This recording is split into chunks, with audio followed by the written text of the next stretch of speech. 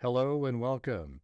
This is Grant Hughes of Grant Hughes Investigates on YouTube. This channel evaluates all aspects of true crime. As you are aware, videos and live streams in this genre often discuss elements of crime that may be disturbing to some viewers. If necessary, take the precautions needed to avoid these feelings.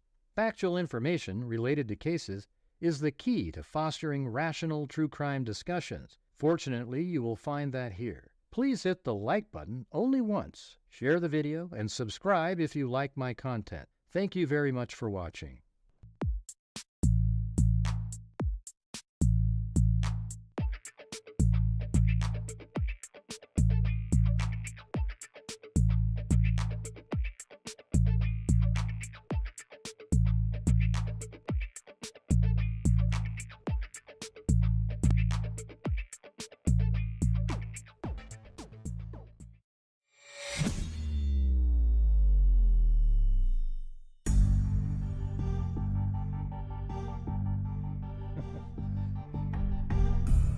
Oh, I guess you got caught there, but I don't know what, there's no dogs in there at this moment.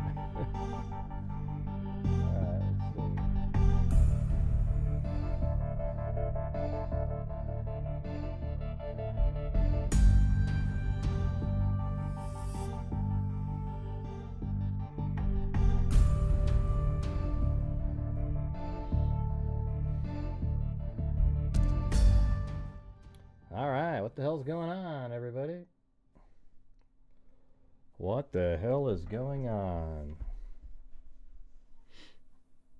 I want to call in and talk to you about the ladder, Gray. I don't. If anybody's calling in about the ladder, I don't want to listen to you. Okay, the ladder was there. It had nothing to do with anything.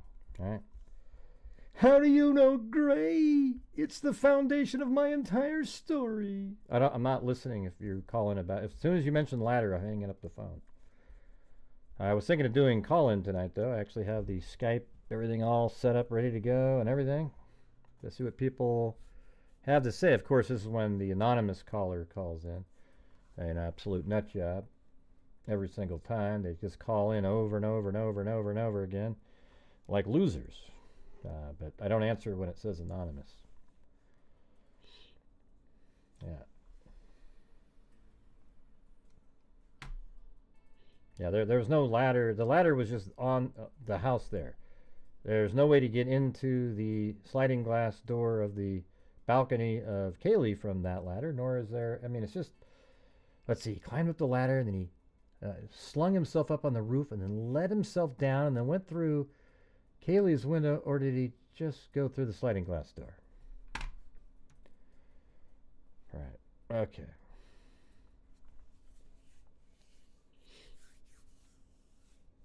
All right. Well, anyways, so the video I made today was just really to show you how absurd it is. See, and I'm talking about the theories that people have of why,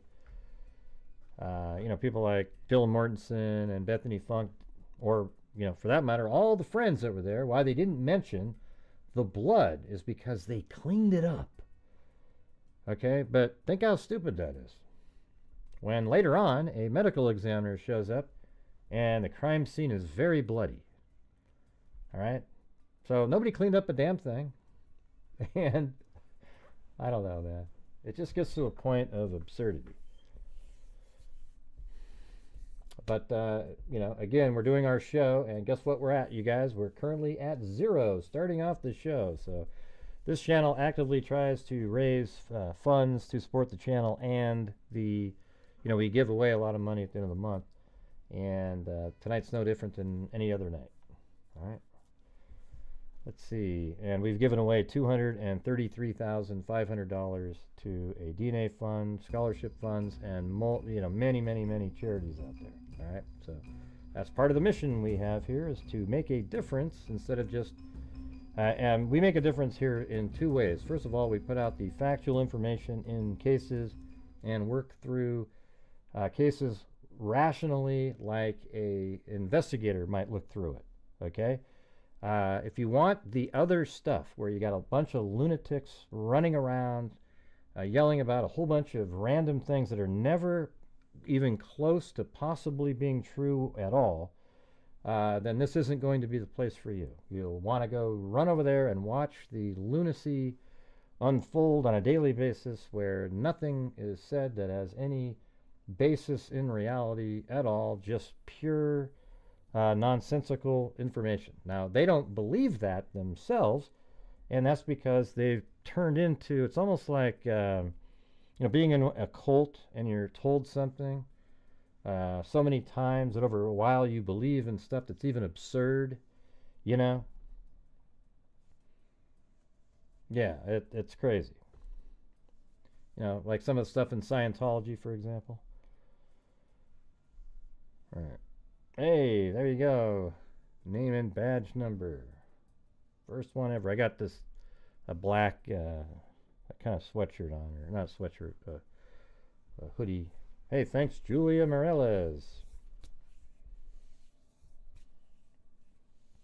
Thanks, Cheryl. Gifted a membership. There we go. There we go.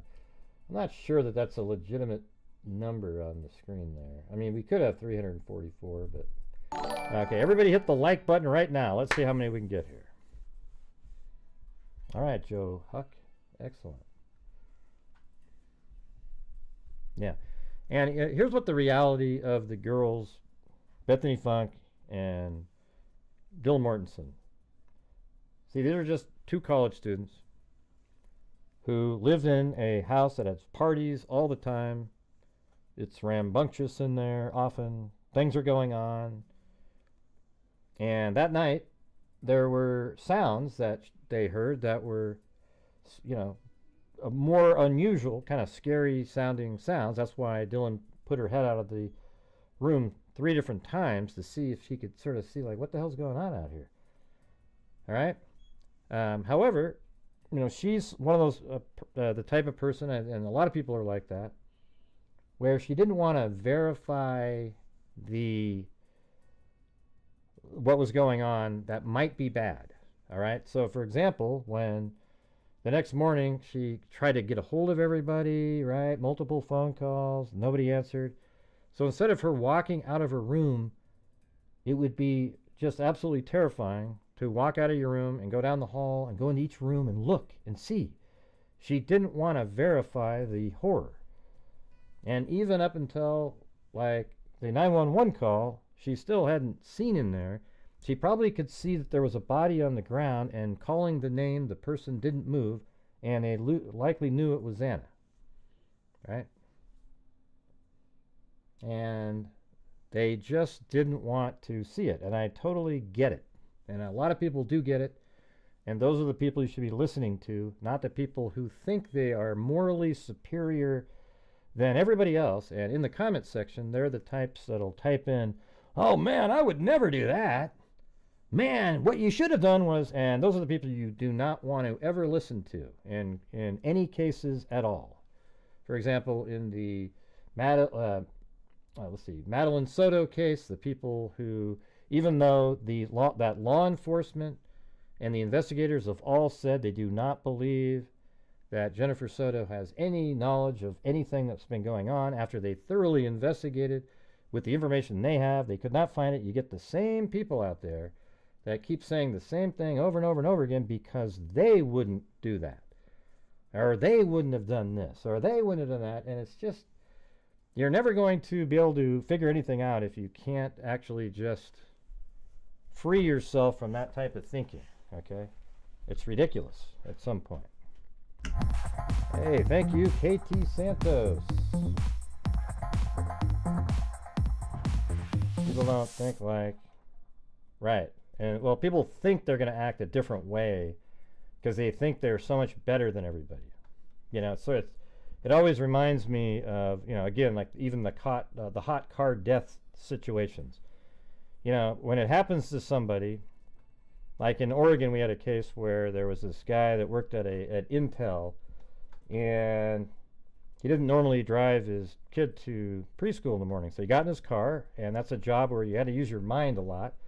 So he starts driving to work, and he starts really thinking about work. And just like, oh, yeah. Then he probably pulled into the parking lot, got out of his car, went inside, and worked all day, and the child died outside in the car, which is horrendous. But people always go, oh man, that would never happen to me. Well, you don't know, okay? You don't know if you were in a similar situation. And it's rare, right? So it doesn't normally happen to anybody. But there's nothing nefarious on that guy's mind or anything like that at all.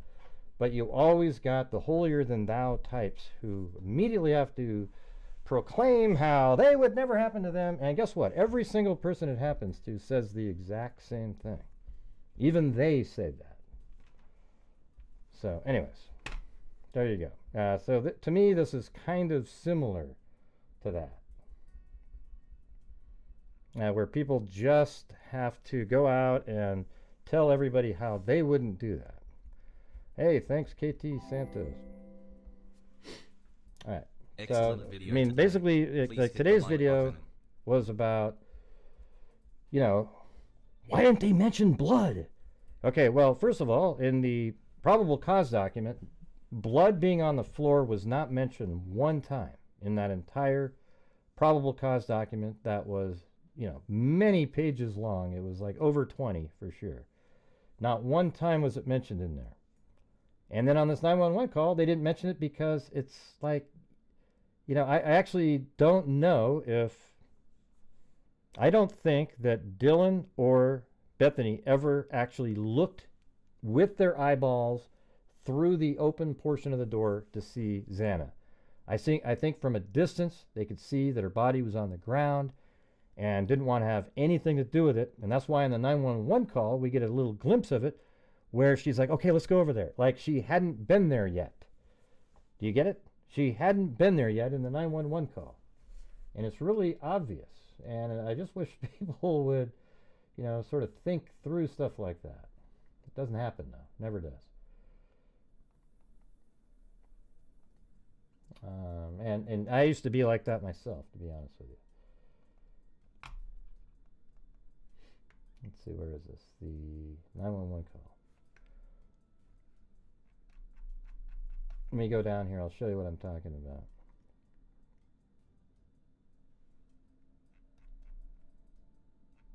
I think it's on the next. Stop passing the phone around. No, it's up here. Right here. See this right here?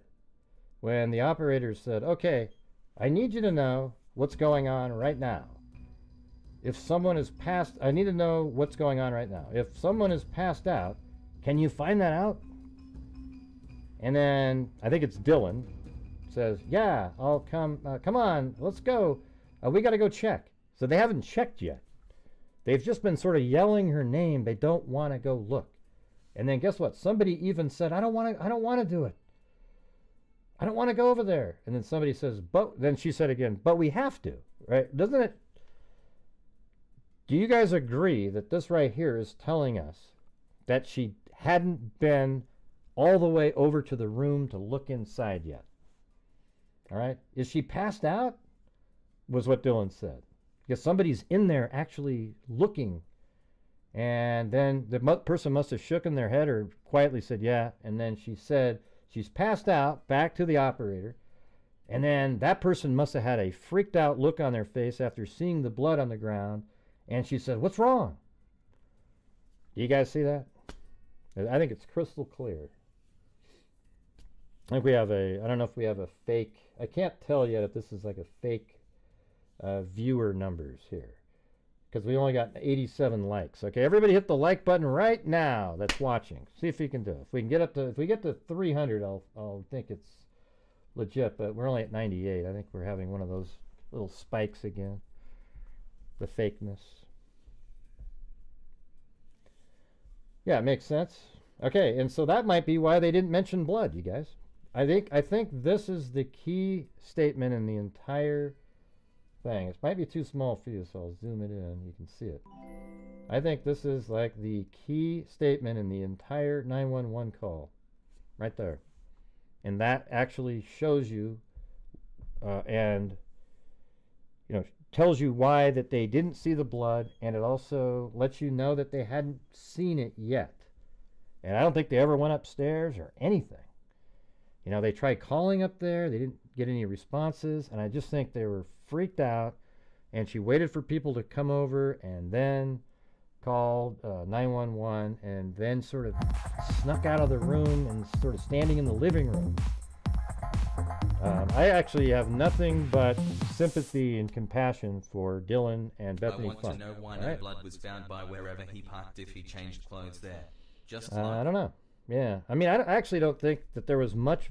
See, here's the thing that everybody thinks. It's just like everybody thinks the entire floor of the bedrooms and everything was just covered with blood and just absolutely.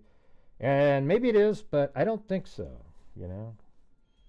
I think that in Madison's room, for example, he killed both of them on a bed, right? And both of them are on the bed, and maybe the blood's inside the, you know, the mattress itself, and doesn't really ooze out onto the rest of the, into the room there. I mean, we don't know because we haven't seen the pictures or anything.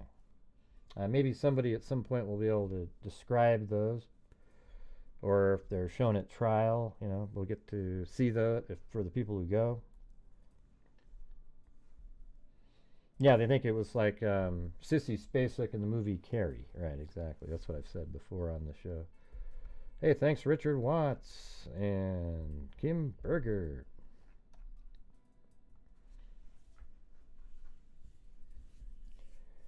Did you have a change of clothes?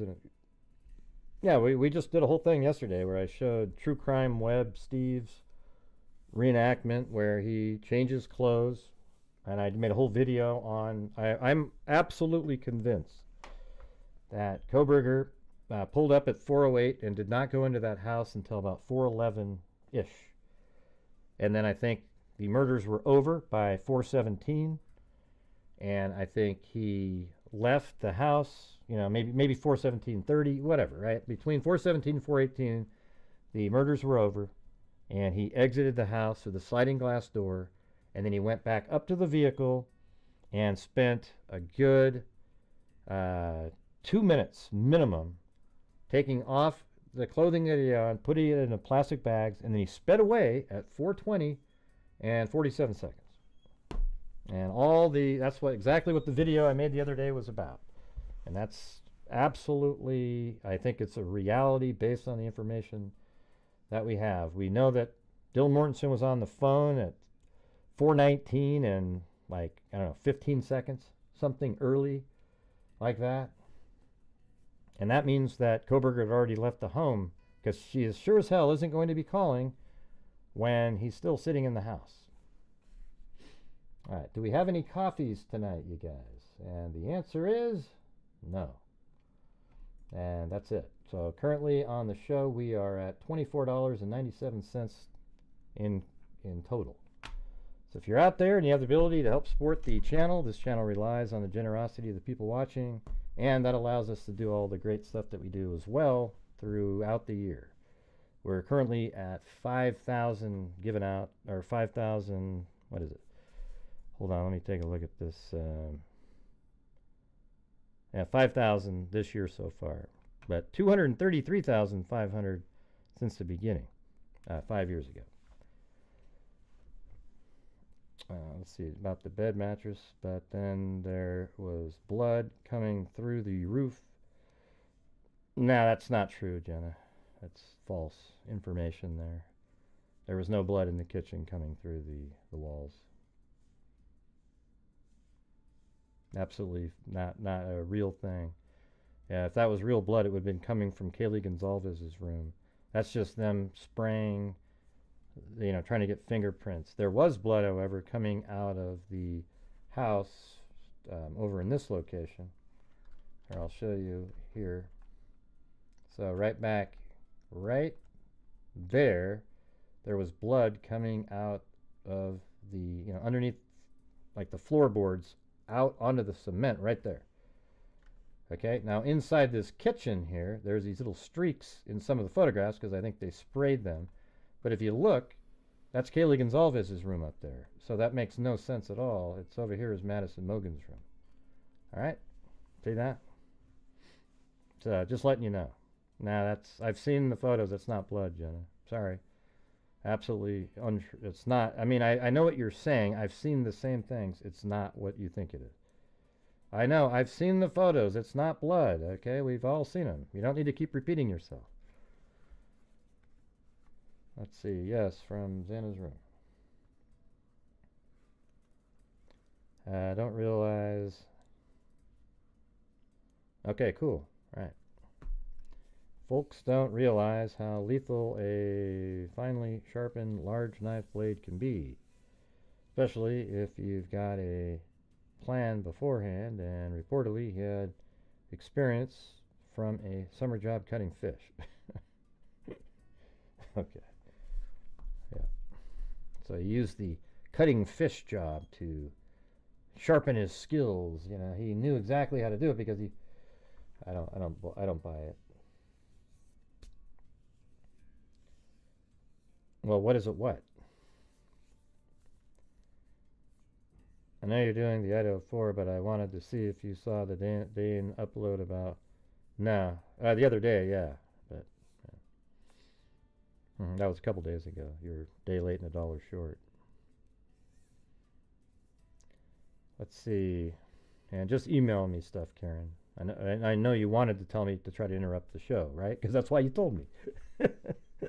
It's like, what do you want me to do with it? Use the model and tell us where everything was during the 912 call. All right. The 9. What do you mean the 912 call? What do you mean? I don't know what that means.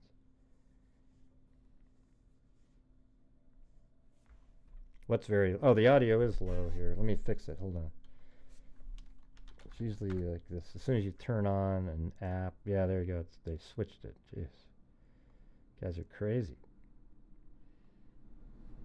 How about right there? Boom. Testing, testing, testing, testing. There you go. There you go.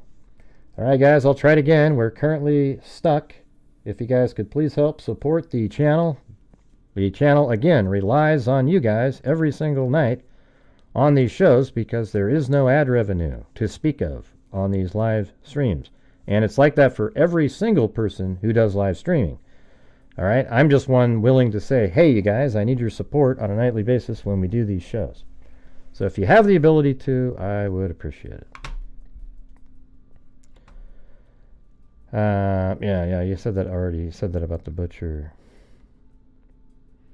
Look at that, lanky torso, 62 months. That's 5 years and 2 months.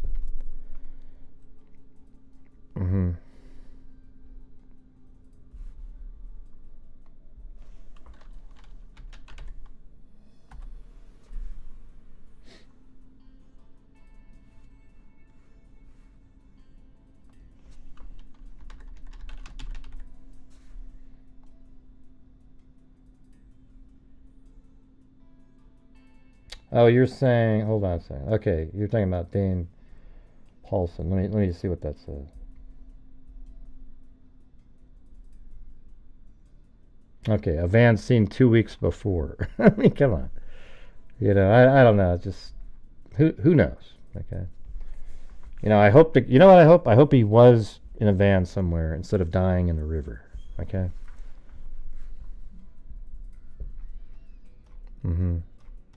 Yeah, I'm just trying to get the support up tonight. It seems like we keep hitting a lull. It doesn't matter what I say. It's just the same thing.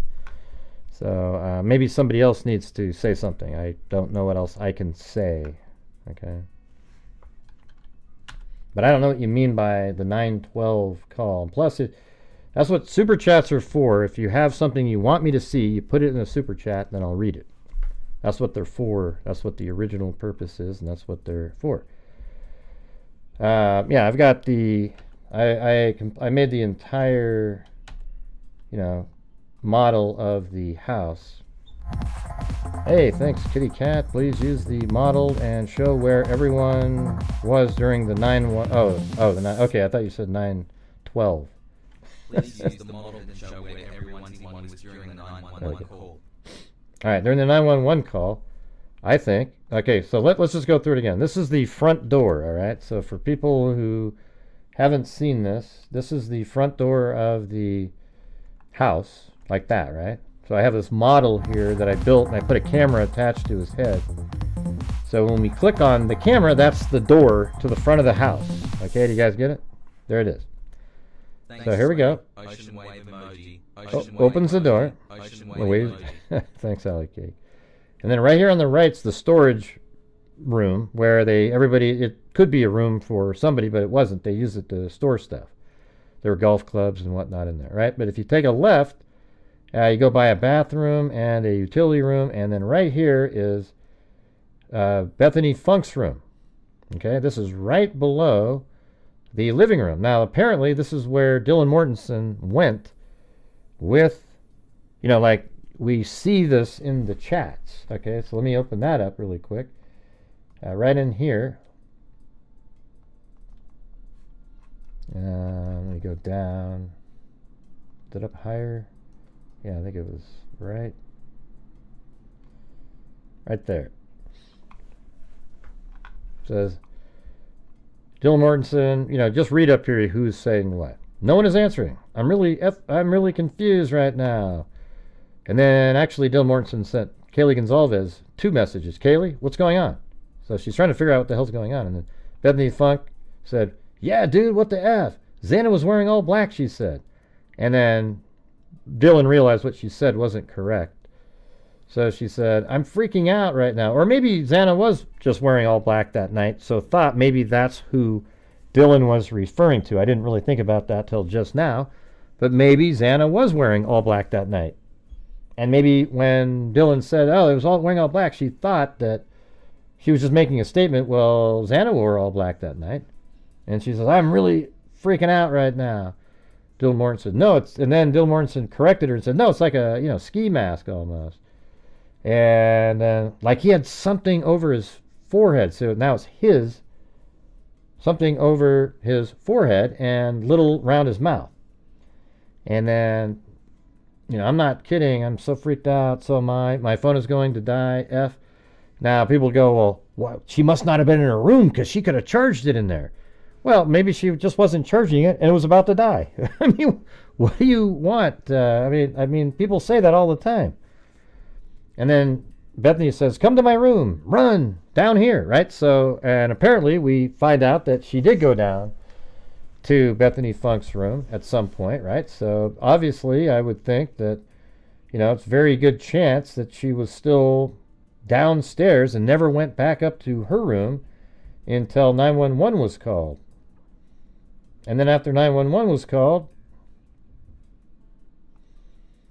they're in this room here, and then the friends start showing up, and they're likely showing up down here. Then I would imagine that when they literally called 911, so they all show up first, and then they go up the stairs, and they're like, God, they're kind of creeped out, and they all hang out right here by the couch. And they're calling 911, and down in this room over here, let me think, let me try to shut that door a little bit. There it is. Ah, crap. Man, I think this one you have to do world. The world. No, not working. World. All right, there you go. So maybe it was like that. Okay? See that? So now let's go like that. And see, let's see from over here. You could see that there is a body on the ground. And you could tell that that was Xana. Maybe they walked to here. You could tell it was Xana. And they're like, Xana, Xana, Xana. And she's not answering. And so eventually, on the 911 call, they're made to walk down the hall. Hey! GSUPS! All the folks with the question on why it took so long to call 911, calling is sus. Why blood isn't mentioned, etc. We see you.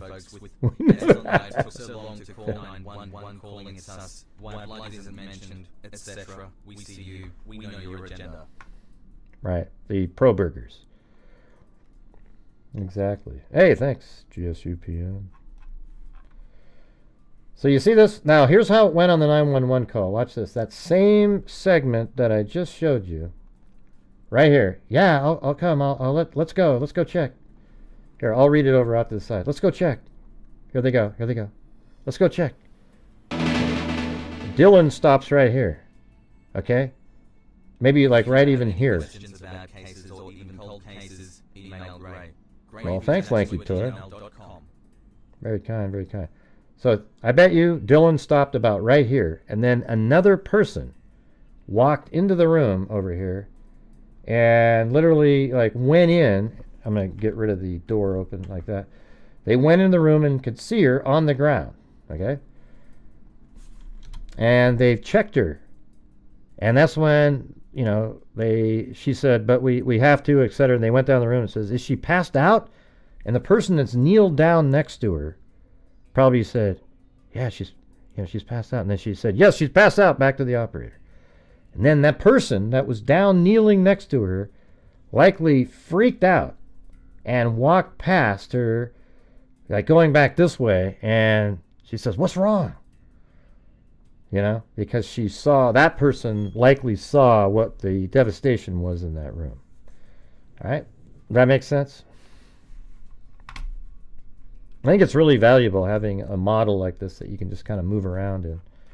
I'm trying to work on a different version, not a different version of this model, but using the same model, but a different way of like moving around, I guess.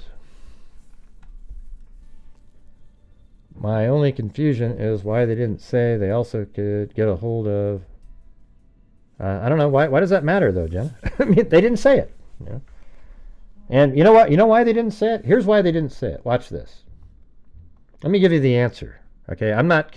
And by the way, if you're confused at stuff like that, that means you think that they might be involved somehow. Because if not, what difference does it make, right? But I'll tell you what the answer is. I actually know what the answer is. And the answer is going to be in here.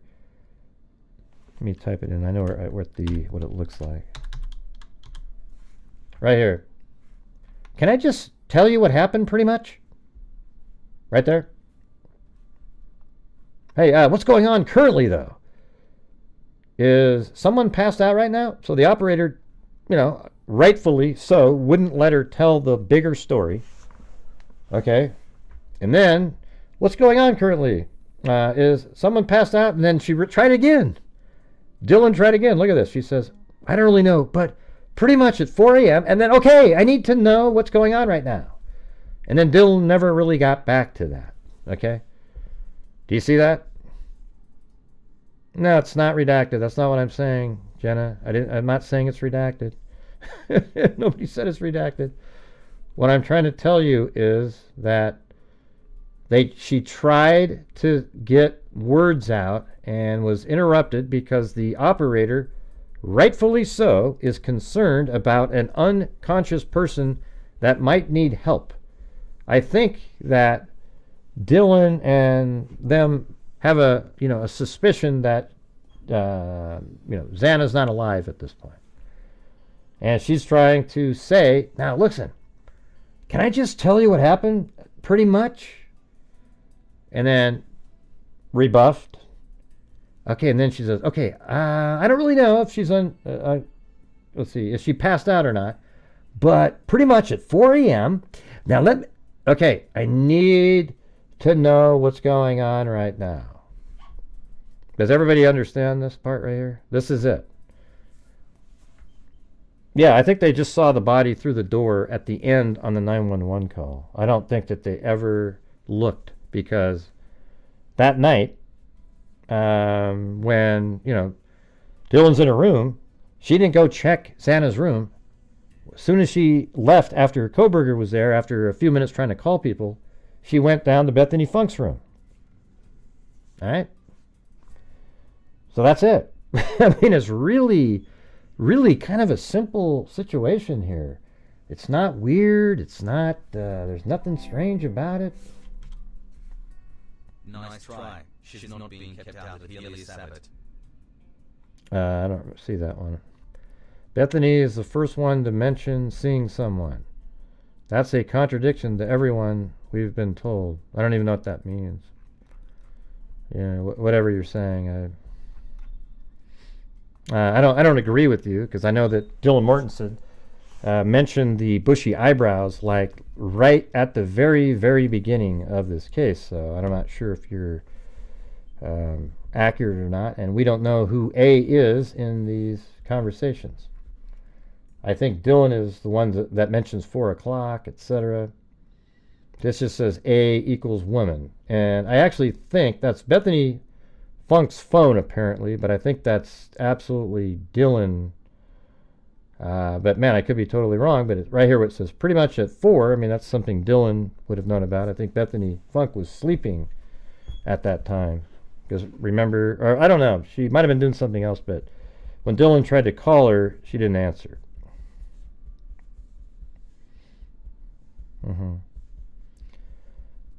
So what's going on? Did they see the same person, or was there more than one assailant? No, there's just one assailant, yeah.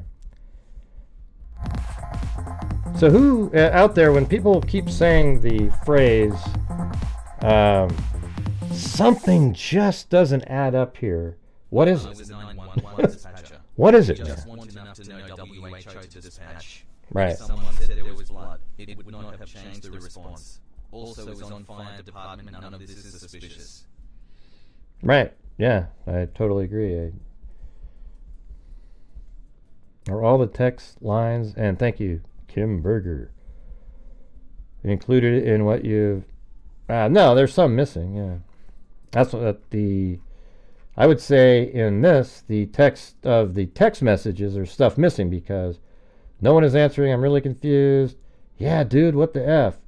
And so that's referring to, I'm really confused right now. And then Xander was wearing all black. Now, that statement there, I don't know if Bethany Funk and her had already been talking and she's throwing that in there, or she's just literally making a statement saying that Bethany Funk was wearing all black, but why bring that up unless you had already been talking about that?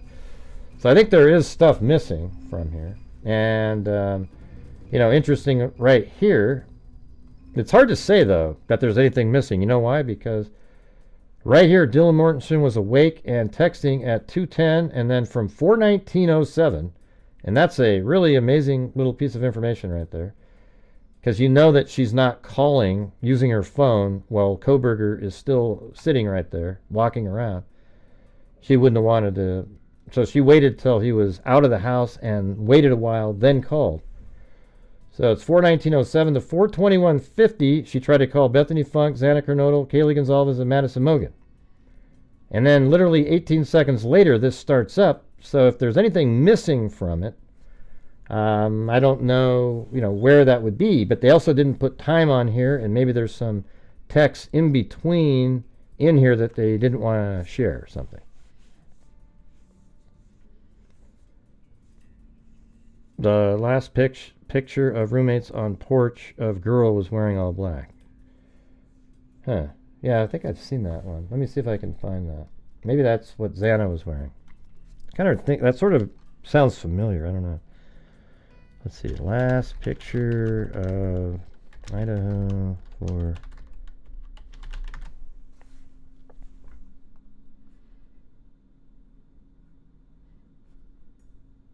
Oh yeah, like this one right here. I don't know if that's that same night or not, but she does have dark on. There is a logo on the front of her shirt, but that is all dark. If that's that same night earlier in the day. I thought it might have been, actually.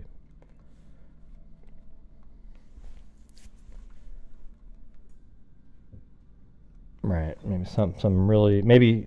Well, no, but she didn't answer either. That's what it says in there, that she didn't answer. So it says Anna Kernodle, Kaylee Gonzalves, and Madison Mogan. And right here, and all calls are unanswered. The records of these calls are not hearsay. So that means none of them were answered. But then right away, Dylan Mortensen... Okay, so Dylan Mortensen then starts saying, no one is answering. I'm really confused right now. And then Dylan Mortensen's still trying to get a hold of different people, even Bethany Funk. She might even think Bethany Funk is not alive right now. Okay? I'm really confused. Kaylee, what's going on? And then finally Bethany Funk comes in. Yeah, dude, what the F? Xana was wearing all black. Now, I don't know where that comes from. See, that's the confusing part. So I guess maybe there was text messages. Maybe there's a text message when at 4:17 that we're not aware of. that they're not mentioning, where Dylan Mortensen says, "Man, this guy just walked by me. He was wearing all black and he had a mask on." And we haven't seen that yet, but that'd be about 417. Hey, thanks, Joel Burnt. All right, but we have no coffees tonight, you guys. We got to get some of those coffees going. Real thirsty. All right, so let's get that. Got coffee right there. Maybe we can get a few of those.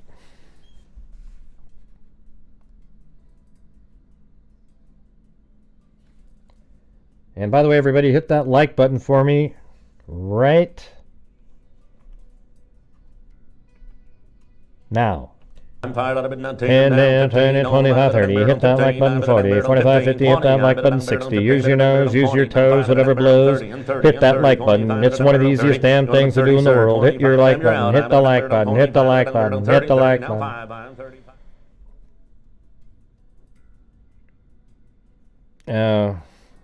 I think it was kind of lighter stuff. But it wouldn't... why do you need to see that? They were killed up in the room. The Brozempic Helios Abbott Reddit is calling. Chewbacca? I'll give you back if you want me to. Tina Brozempic Helios Abbott Reddit is calling. That's right. Alright, let's see. Let me try to find it. I'm just trying to figure out what difference does it make what they were wearing. They were killed up in the room. That's why I'm saying when you say what, I don't know what you mean by that. GovTruck video of Kaylee and Madison. Okay. So here we go. Here's a picture right here for you. Great. The pic of all the roommates Xanax is wearing all black and allegedly that was taken in the morning of the killings.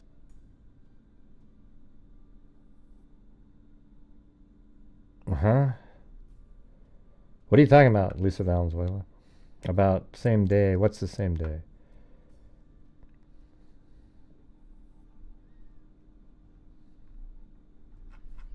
Man, it's just so hard to keep up with anything.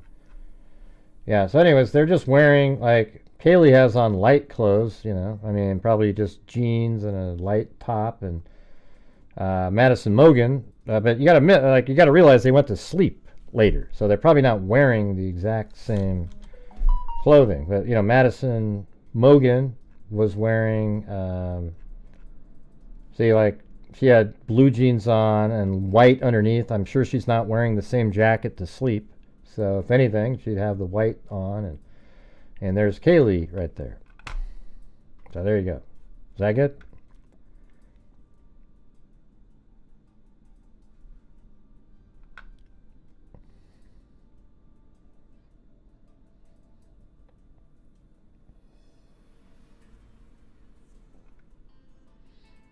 Yeah, let's try not to advertise for the Reddit people out there.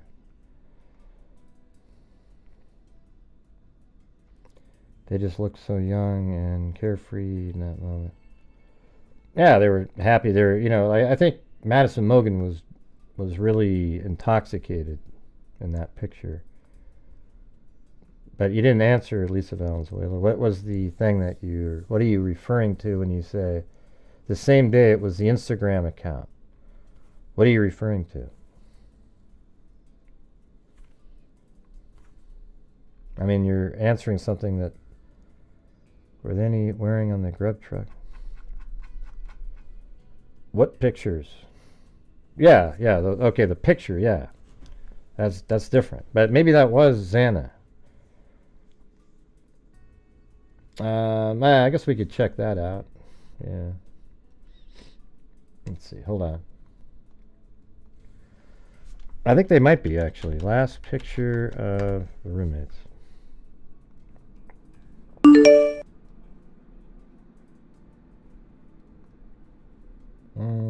Yeah, I don't think so. Looks like she's got like a top on that's like, see that?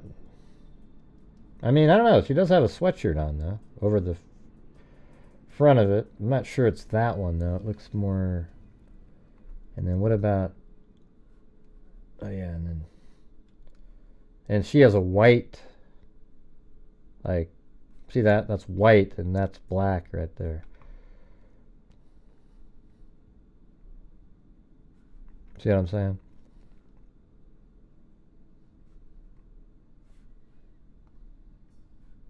Hey, thanks Dana for the coffee. And Joshua on Venmo.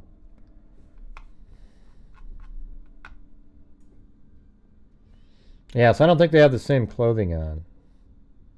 I don't even think she has, because I think this is just a full-on pullover sweatshirt, if I remember correctly, in that video.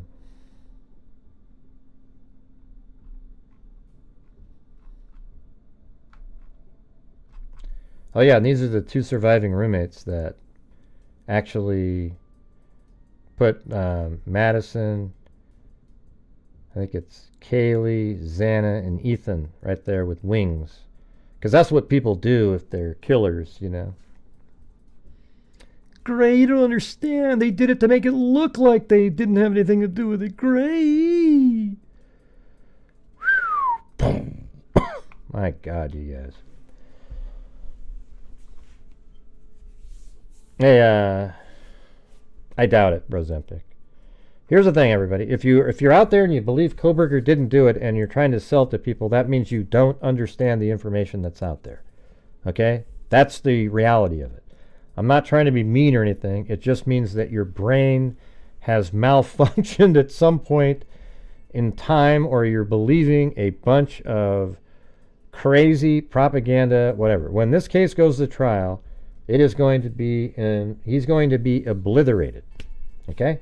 In fact, I think there's a chance that he might actually try to, like a, you know, what do you call it? He might try to, not confess. What's that called when you cut a deal? You know, like, hey, I'll confess, but I want a deal. Forgot the actual term for some reason. Yeah, plea deal. There you go. I just said it earlier, but my brain forgot it, man. Jesus. Where's Ethan's body found? I don't know. I have Ethan's body on the bed right here. All right, and the reason I have him on the bed here is if from the hallway you could see, this is my logic for it, you guys.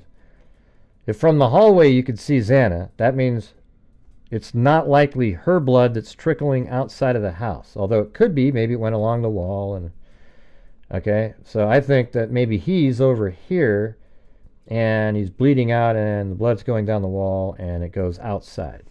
That's just kind of the logic I use. I'm not saying that's 100% accurate. He might be on the floor too, but the medical examiner also said that all the bodies were on, seemed to be in beds, but that's obviously not true. I think 3 of them might have been, and 1 was on the ground.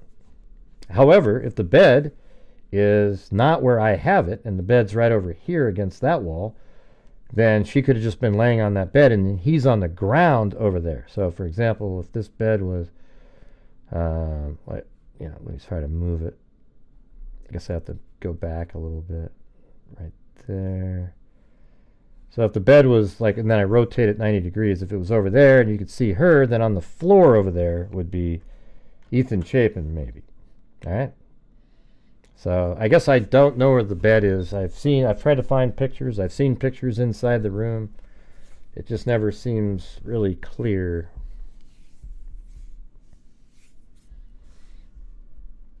I'm sorry, but if you weren't attacked, you didn't survive anything. Ah, shut up, Brozempic. You're stupid. I don't mean to. You're just... What kind of a dumb comment is that? You did survive. That means you got lucky and you didn't get killed. What a dumb... You gotta be kidding me. Yeah, what a shameful comment that is. I'm sorry, but if you weren't attacked, you didn't survive anything. You were just there. Trauma? Sure. Victim or survivor? Not quite. You're an idiot, okay? Absolutely is a victim of trauma, and, it's horrendous, okay? They had to be there while Their friends were all killed in the house.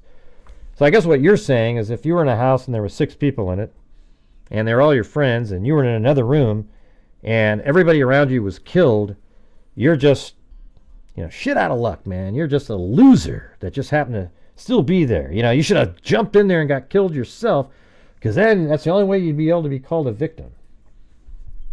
Man, these people, I tell you what, man, just, wow, unreal. Let's see. Victim shaming and blaming is what pro-burgers are best. Oh, yeah. That's their whole thing, right? That's their case, is victim blaming and shaming. You gotta, because, and you know what's really weird? Is they're out there defending an absolute monster psychopath. This guy is a barbarian. Gray, there's no evidence he was even in the house, you bastard. You mean like the DNA on the knife sheath? And the white Elantra missing his front license plate driving around? One that Ann Taylor admitted was a quarter mile from the house at 3:29? That one? Okay.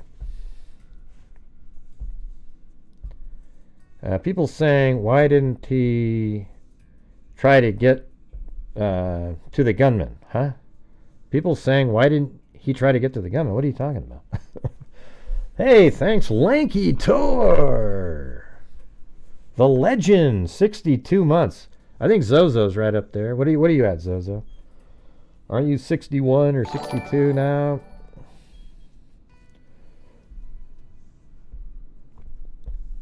Easily. They should offer themselves, and let's see, we got Stephanie Sprague, Davey Breedlove, Raquel Owell. Raquel Owell. That's pretty cool. I like that one. Brittany Michelle 231 and Quinta Huggins. I remember you. Hey, thanks, Lanky Tor. Yeah. I've been trying to, mix. My videos are about Koberger because I'm really interested in proving and disproving different things in it. But I think I've been pretty good at lately of, kind of mixing it up a little bit with our old school stuff. Yeah, because I think you were in the 60s for sure. Yeah, Truth Sleuth always uses that one. She's at 58, but got mad at me one time. And but you know what? Zozo's gotten mad at me a million times and never left. Okay? So I got to give her credit for that. Yeah. Okay, let's take a look at this one thing right here. Yep, 58 months. There you go. All right, here we go. So I wanted to play this Steve Gonzalves. With us, we are now covering big development. TV Legions coming at night. I'm really confused. Prosecutors are going to want to use those 7 hours after the taking place. You're watching. Of 2 girls that were. I don't know if that's the one I was trying to get. Hold on. It's this one. This is on News No, Nation. we didn't hear a word, and my wife has said from the very beginning when the hopefully the 911 never came out, and if it did come out, at least she would have, be some prepared. She has a counselor, she has people she could talk to. There's certain things that coping mechanisms. So we'd like for the advocate or somebody to kind of let us know what's going on, rather than nothing personal, but having the media tell you is probably not the same as having somebody that, that you've learned to have a relationship and you trust and you've worked with. So yeah, we're finding out just like everyone else. So it's a bit rough. Yeah, I'm so sorry. And I remember that you had a meeting with them months ago, and I thought they were going to sort of give you guys a heads up. I mean, that is lame as hell, isn't it? That they didn't even give the family a heads up on the 911 call before it came out and explain it to them a little bit. I mean, what a joke. Why not let them hear the 911 call and then let the public have the other version so that they could at least hear it? I mean, it's just, this is exactly what Stephen Gonzalves has been talking about the whole time. Just really lame. when things were going to be released publicly, and I guess that didn't happen in this case, which is unfortunate. Is there anything, Steve, that, I mean, obviously the horror is what stands out to me, but was there anything in the text of the text messages or the call that really struck you? What struck me is, it's not like Hollywood. Okay, listen to this part, you guys. This is what we say all the time, right? But it's not a scripted thing. It's not like what you would see on a TV set. That was a... Like when people, like the whole thing, everybody thinks that everything is from a movie. Oh, how come the surviving roommates didn't hear the screaming? As if you're assuming that there was screaming. How do you know that there was screaming? Does everybody scream? I would say no. I'd say it might not even be 50-50 for God's sakes. I don't even, like when people go, oh, they didn't scream, so therefore it's garbage. And how come the screaming wasn't picked up on the camera, right? It heard whimpering, but no screaming? How'd that happen? They must have edited the camera. Those guys got to the camera, those bastards.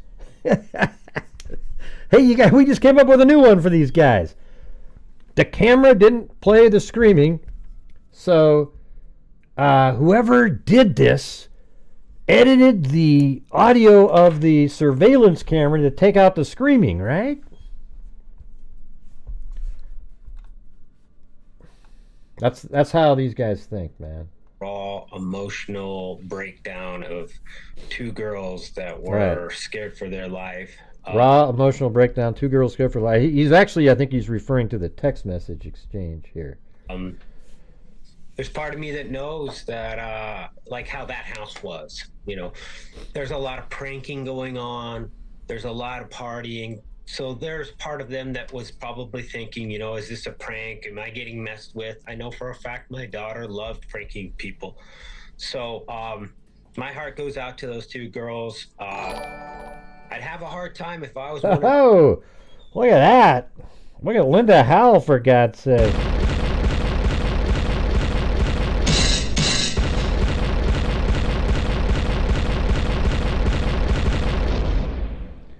"63 months for Linda Moulton Howe of the cattle mutilations and crop circles." That's 5 years and 3 months. That's amazing. That's right when we started doing all the stuff, So if you guys missed it again at the beginning, see, on this channel, my channel relies on the generosity of the people watching. And then at the end of the month, I have to have, it supports my channel too, but I use ad revenue and channel memberships and all that. And, when we first started doing this, when Linda Howell was there, we did $22,000 the first year out of the income, then $42,000, then $62,000, and then $37,000, and then $49,000 as the inflation started kicking in. And then we've only done $5,000 this month so far, this year, and we're at $233,500. This year, at some point, we'll reach the $250,000 mark, given away to true crime-related charities, a DNA fund, and a scholarship fund for forensics. And we've given out $12,000 in that so far. All right, very cool, very cool. But without your support, we're not doing that. All right, here we go. Their parents to have my daughter put through what they've been put through. I mean, we sat 2.5 years on what? Why did this need to be hidden from the public? Why did these girls have to be dragged through all this?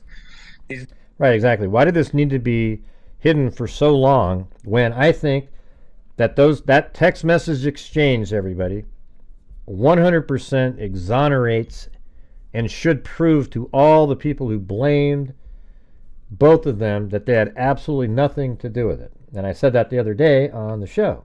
I said that this right here exonerates them.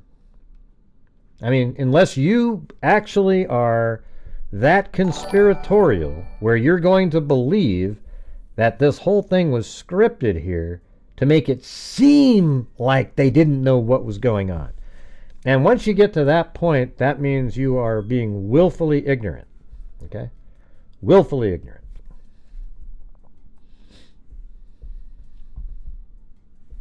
And here we go. The type of things that why I do these interviews and why we push back a little bit, because I think a lot of people are questioning right now why this was hidden. Yeah, I mean, look, Shannon, it's been years and none of this is coming out until now. And now the judge has said that he wants more of this to become public. But Steve makes a good point. I mean, if this had just come out within the first couple of months. Right. Might have made a big difference. Let me, what's this? Is there anything that came out today? Let me check.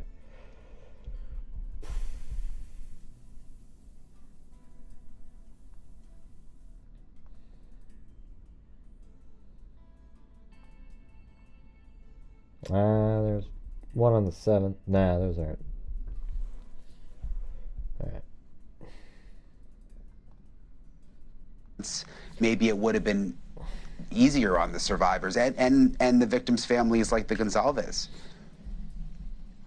Yeah, I mean, you know, the prosecution's choice in keeping everything under wraps has been a decision that they've made from the get-go. They haven't wavered from it in any way. That being said, you know, I mean, for lack of a better term, I'm just pissed. You know, common decency should have that the Latah County prosecutor's office and the victims' advocates contact myself and the victims' families and let them know some of the stuff that's coming down and is being filed, so they're not just surprised by it, and just have a really just honest conversation with us about it.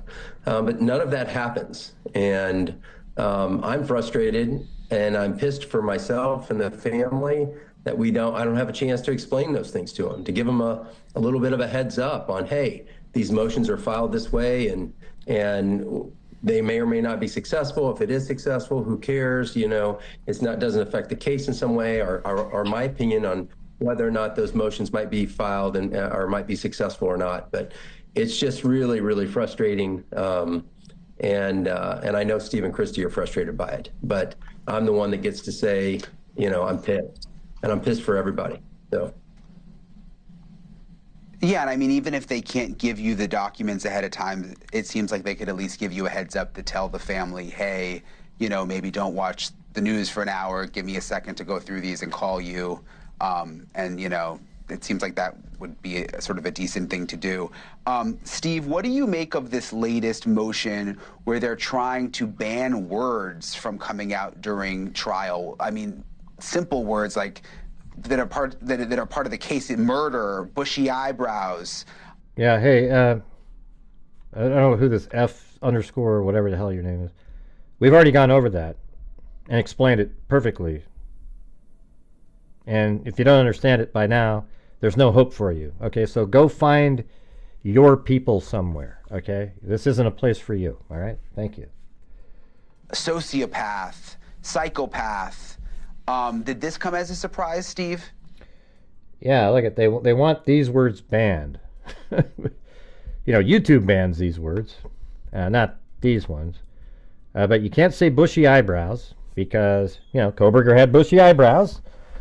I mean, what a joke. There's no way in hell the judge is going to ban those words. Okay. In fact, this new information that was put out there actually supports what the judge has been ruling on, is that, you know, contemporaneously, these comments were made right as it was happening. You know, oh, he's wearing all black. Yeah, he had some kind of, like, it was like a ski mask. You know, and, you know, maybe not right there did they mention bushy eyebrows, but in the first interview, she did. So, there you go. Yeah, I thought they'd have a sadistic on there from the profile that I know that they've made of him. Some of the websites that he's been to, that was a one that rated really high with him. So I'm a little surprised they didn't put that word on there.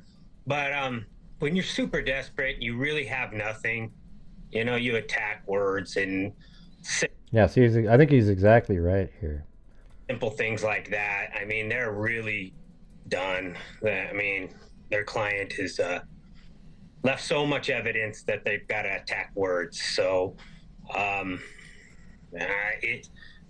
guess it's a sign. It's a sign of what's to come, and hopefully the state, the prosecution, is strong enough to see this all the way through and not give in to the desperation that's about to come and the plea deals that they're going to try to negotiate for.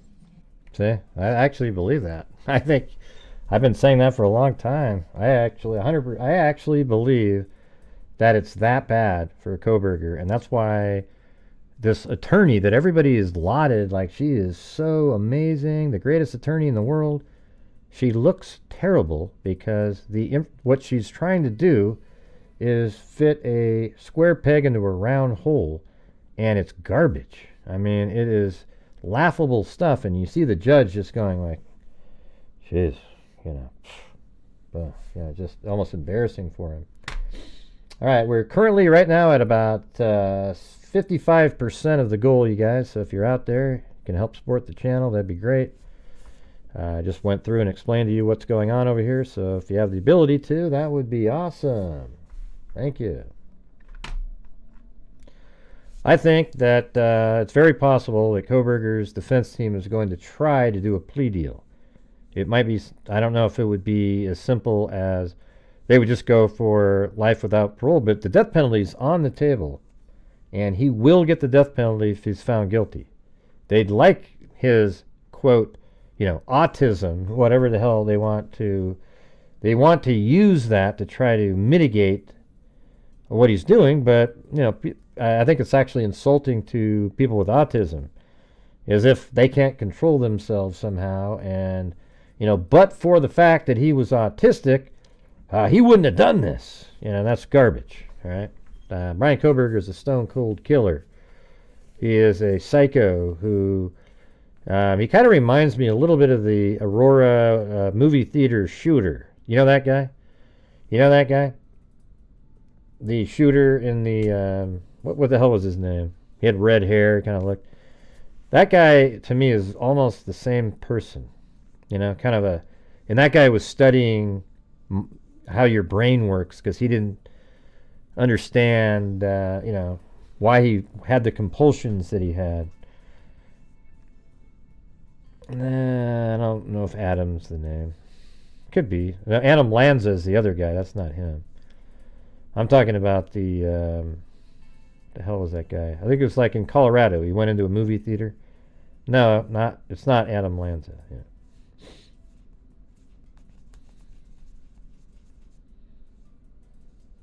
I'm surprised his name isn't popping up. Yeah, Holmes sounds right. Yeah, James Holmes. There you go. Yeah, so that guy, it kind of reminds me of him. A smart person, but had these compulsions. I think that Kohberger, though, is different, a different type of person than him. Just kind of, that's the only similarity that I see. Kohberger seems like somebody who, like, literally, intentionally went out and wanted to be famous, like a serial killer. I think he studied serial killers when he was in Pennsylvania, and then he moved over here, to this part of the country, to Washington, and became, he went there specifically to do what he's doing. I made a whole video on how I think he was trying to emulate Ted Bundy, where Ted Bundy actually moved from Pennsylvania to Washington as well, and, sort of combining Bundy's career, then Bundy eventually did a sorority house when that's not what he was doing prior to that. And this is an off-campus sorority house. And, I think you sort of combine that with Kohberger's, it's kind of an incel type, always struggled, and now he's kind of a combination of a psychopath, incel, he's got all kinds of problems. I don't know, Gray. I've sent him letters. He seems like a really nice guy. He did ask if I had birthing hips, though. All right, you guys, how do we get the support up on here tonight, you guys? We're just stuck at a number, and we need to get to the goal. So how are we going to do it? Do I need to get thrown in prison again? Depends on the case. The interview room did a great, yeah, if you like a guy that is just a nut job. Yeah. Wow. He went out and accused the guy of being Brian Laundrie, even after Laundrie's body was found. if you like that kind of work, you go for it. Okay. Yeah, put me in prison, somebody. I must have done something wrong today. Maybe I was mean earlier when I said that person was an idiot. Yeah.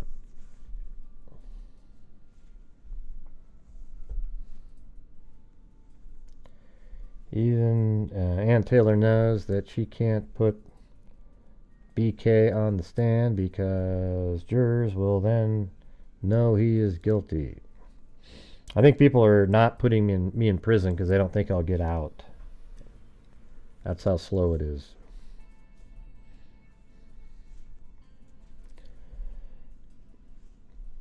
Let's see. Yeah, so I did a video. If you guys can go back and find it, I did one about, and guess what? When Koberger drove home with his dad, he went through all of Bundy's kind of stomping grounds minus Florida. You know, he went through Utah, Colorado, you know, just loving it, man. A little sightseeing. Oh, look at that. I got Alley Cake with a prison and so mean. Oh, here we go. Darn it. I'm going to get thrown in prison. For just the sake of it. I'm always doing something that's prison worthy for sure. The goal is we try to reach, what do you mean what's the goal? On the channel we try to bring a specific amount of income in each night to be able to support the channel and give more than we've been doing. We didn't reach the goal but like 15 days last month, so we struggled, but we did better than the month before that, if you can believe it. Brian Koberger was awkward and Bundy was charismatic. All right, but that has nothing to do with what I'm talking about. He just admired him and wanted to do what he wanted to do. I'm not talking about their personalities. I'm not comparing Bundy to specifically, like, this is their personality type. All right, look at Alley Cake got me some ramen.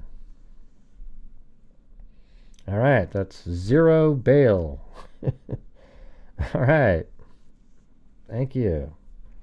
Got some top ramen there. I guess it doesn't do very good if you have the little coffee thing with your logo on top. It doesn't really work when somebody scans it in. Will there be anybody else helping get me out of prison tonight? And then we'll get to the phone calls at some point. But the phone calls turns into a dead zone in here, so I'd like to try to reach the goal before we get to that. All right, there we go. There's Joel Burnt. He didn't distinguish whether or not that was bail or what that was. May not even have a bail. Not sure what that means. Yeah, Alley Cake said, help get Gray out of here. Yeah, we're not even close.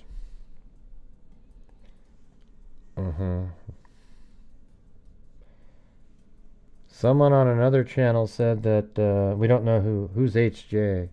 Who's that? With Ethan, and that he wasn't called over. He just went over, and that the girls didn't find the roommates. He did. Anyone? Who cares? My God. Jesus, I don't care why. I think somebody just called over there. I don't care. Come on, you guys. Don't worry about stuff like that. The only people that worry about things like that are ones that believe that there's something else going on here. Wow, I don't know if we're going to get out of prison tonight, you guys. What happened to the freaks?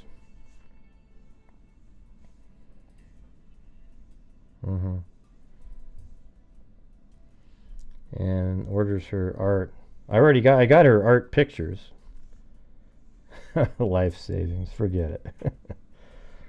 Yeah. I have the images of her artwork.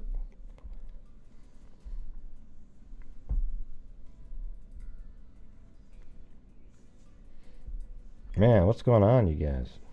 Unbelievable.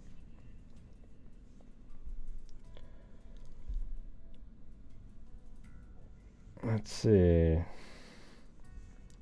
Is our home. Jess Hunter found them. Yeah, who cares, though, Lisa? I mean, I'm not sure why you're digging into that kind of stuff either. Who cares who in the hell found anybody?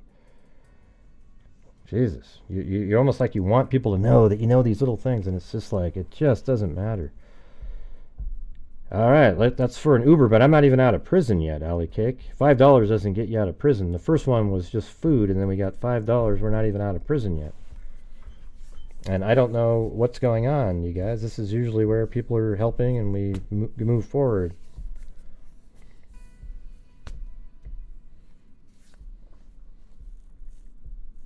Yeah, it doesn't matter, man. It doesn't matter.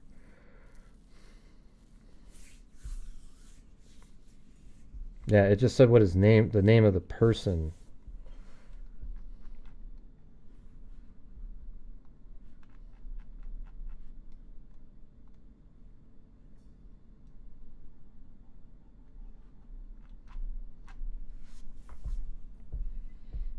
I'm behind a gate because I'm in prison, and the freaks are supposed to bail me out of prison, and we won't be continuing the portion of the show until I'm bailed out. That's how it works, but usually it takes like 30 seconds. But apparently my work's been so shitty that I'm not being bailed out. Let's see. No.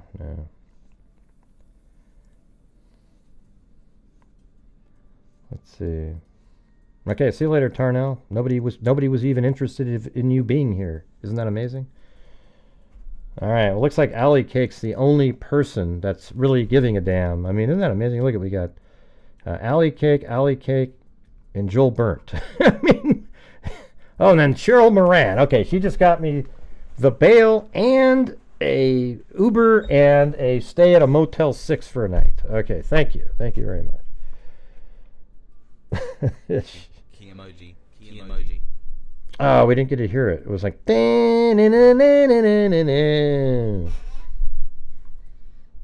right, there we go. All right, let me see what you're talking about.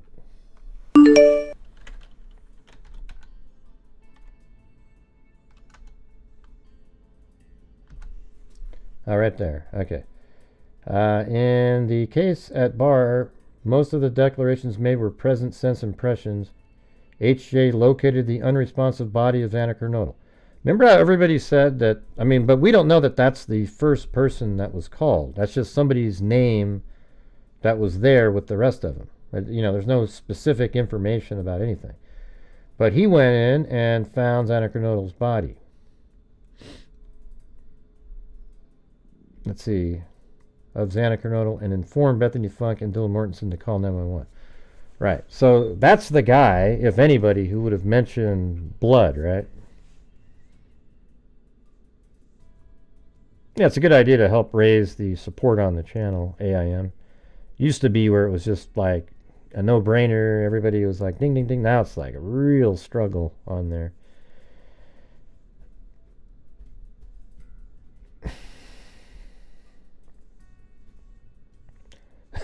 I think if everybody in the case went through my entire playlist of the Koberger case, they'd think totally different about it. It's just so clear. And I don't know, do you guys want me to open up the phone lines? I could do it. We can give it a shot. See how it goes. Here we go, man.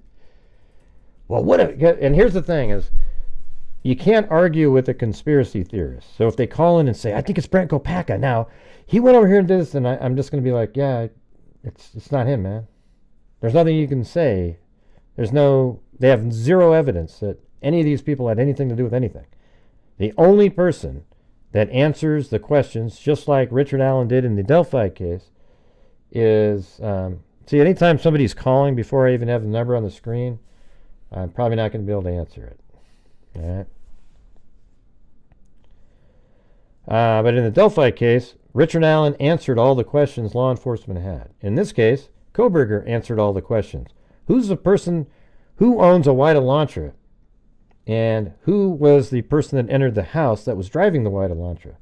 Oh, wow, look at this. A guy named Brian Koberger, a criminology PhD student, whose DNA was found on the knife sheath, also drives around a wide Elantra. All right, let's see what we got here. Hello, this is Gray. Who's this? Is this a troll? No, it's Miles. I see it. All right, who's the, who else is calling? Is this a troll? Okay. Who else is calling in? And by the way, thanks up there to Cheryl Moran, Ali Cake, and Joel Burnt. And then Justin for a coffee. Thank you so much. Tend to get a good lawyer before those shitheads get to the jury. Okay. All right, I'm going to try to answer this one more time. Same number again. All right, who's this? Same person again? Okay, but you had like a 40-second delay when I said, who is this, the last time. So what's going on?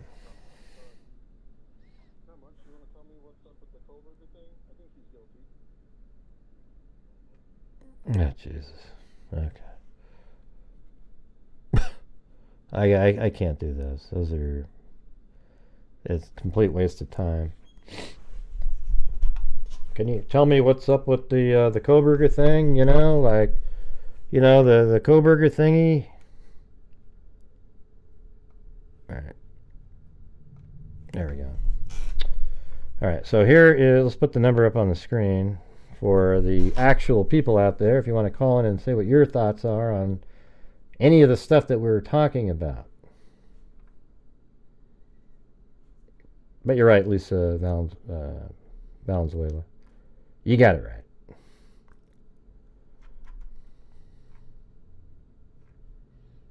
I think this is one of her favorite case to look into. The declarations were made immediately after H.J. discovered Kernodle's body. The statements relate to Kernodle being passed out and not waking up. If he gets off, what is made of his time in jail? Is in jail, or he's in jail, but if he gets off, it won't mean anything. It just means he got off.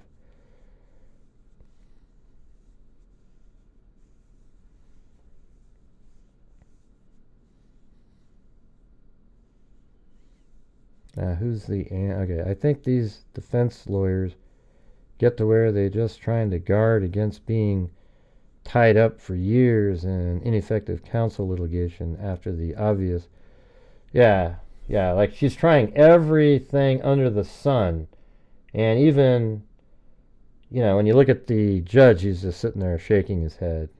You know, just, yeah, this isn't working. I don't have a link. I have a phone number on the screen. Is that what you're talking about? What do you mean? I'm not using StreamYard tonight. Hello, this is Gray. Hi, are you on delay? Should I make my volume small on my... I don't know what you're saying. Just say what you want to say. Okay. I'm really curious if you have any idea what the test was for the extra DNA that was under the fingernails. I don't know if they did the... I think they just generally tested it, but they didn't do, you know, like IgG or anything like that. So was it a tandem type test, like a short tandem repeat preparation? No, they didn't do any of that. They didn't do any of that stuff. They didn't do any of that. So, yeah, because I think that they probably noticed and it looked like it was like probably, I mean, it's a party house, right? So people are partying all the time. Right. The DNA wasn't found in a place that is something that would make you know that that's associated with the crime itself. Right, so it was off the beaten path. Yeah, it was like on the side handrail of the stairs that go from downstairs to the upstairs. I mean, I don't even know. And it's like, and it might be an old... I mean, I bet you if you took a black light to that house, it would light up like a Christmas tree in the entire place. Agreed. Yeah. I agree 100% on that. Do you know what Ann Taylor did to retest the DNA? Did she use a different DNA test, or did she just use a different statistical analysis of the same data? I'm not sure what you're saying. Can you say it again? Well, like in statistics, there's a chi-square test. There's a Okay, F great. But test. what are you saying about this one? I mean, what did you say? Well, I'm saying on this one, did she redo the testing of the DNA, or No. did she take the same data and then just apply a different She never did anything. statistical analysis? Yeah, she didn't do anything. Oh, I think she did. I mean, she didn't Are do you anything. sure? She didn't do anything on the Koberger's DNA or anything. You're talking about the mixture situation, that one, right? Yes. Oh yeah, Yes. yeah. That was something different than there was like two she samples. didn't like the. Yeah. Okay, go ahead. Well, there was two samples they found that were just separate, and then there was a mixture on. That was the fingernail clipping that was done. That they got that mixture from. Right. Of Madison Mogan. The two hypotheses that were offered up were a way of comparing the fingernail to the unknowns. So they were trying to place the unknowns not only in the house, but also in the house within the last 6 to 10 hours, because that's how long. Well, they were not able. The thing is, they weren't able to. The samples that were underneath Madison Mogan's fingernails. It just means that those people. The people that they compared it to couldn't be excluded from, but you couldn't say that they were, absolutely the person. And I don't know. I think Ann Taylor just looked at the same data and just came up with her own interpretation of the data. She didn't do her own little study. That's what I thought. Yeah. Okay. Uh-huh. That's what I thought. Okay, thank you very much, Gray. That I don't know for sure what her idea is about redoing that, but I think that if it's left out of the trial, it'll be a good thing, because my husband and I were almost raised voices over it because it's so hard to understand that particular test. That was, I gotta admit, I really kind of just didn't understand it, other than, the numbers were high enough where it could be that person, but you couldn't say it absolutely was that person.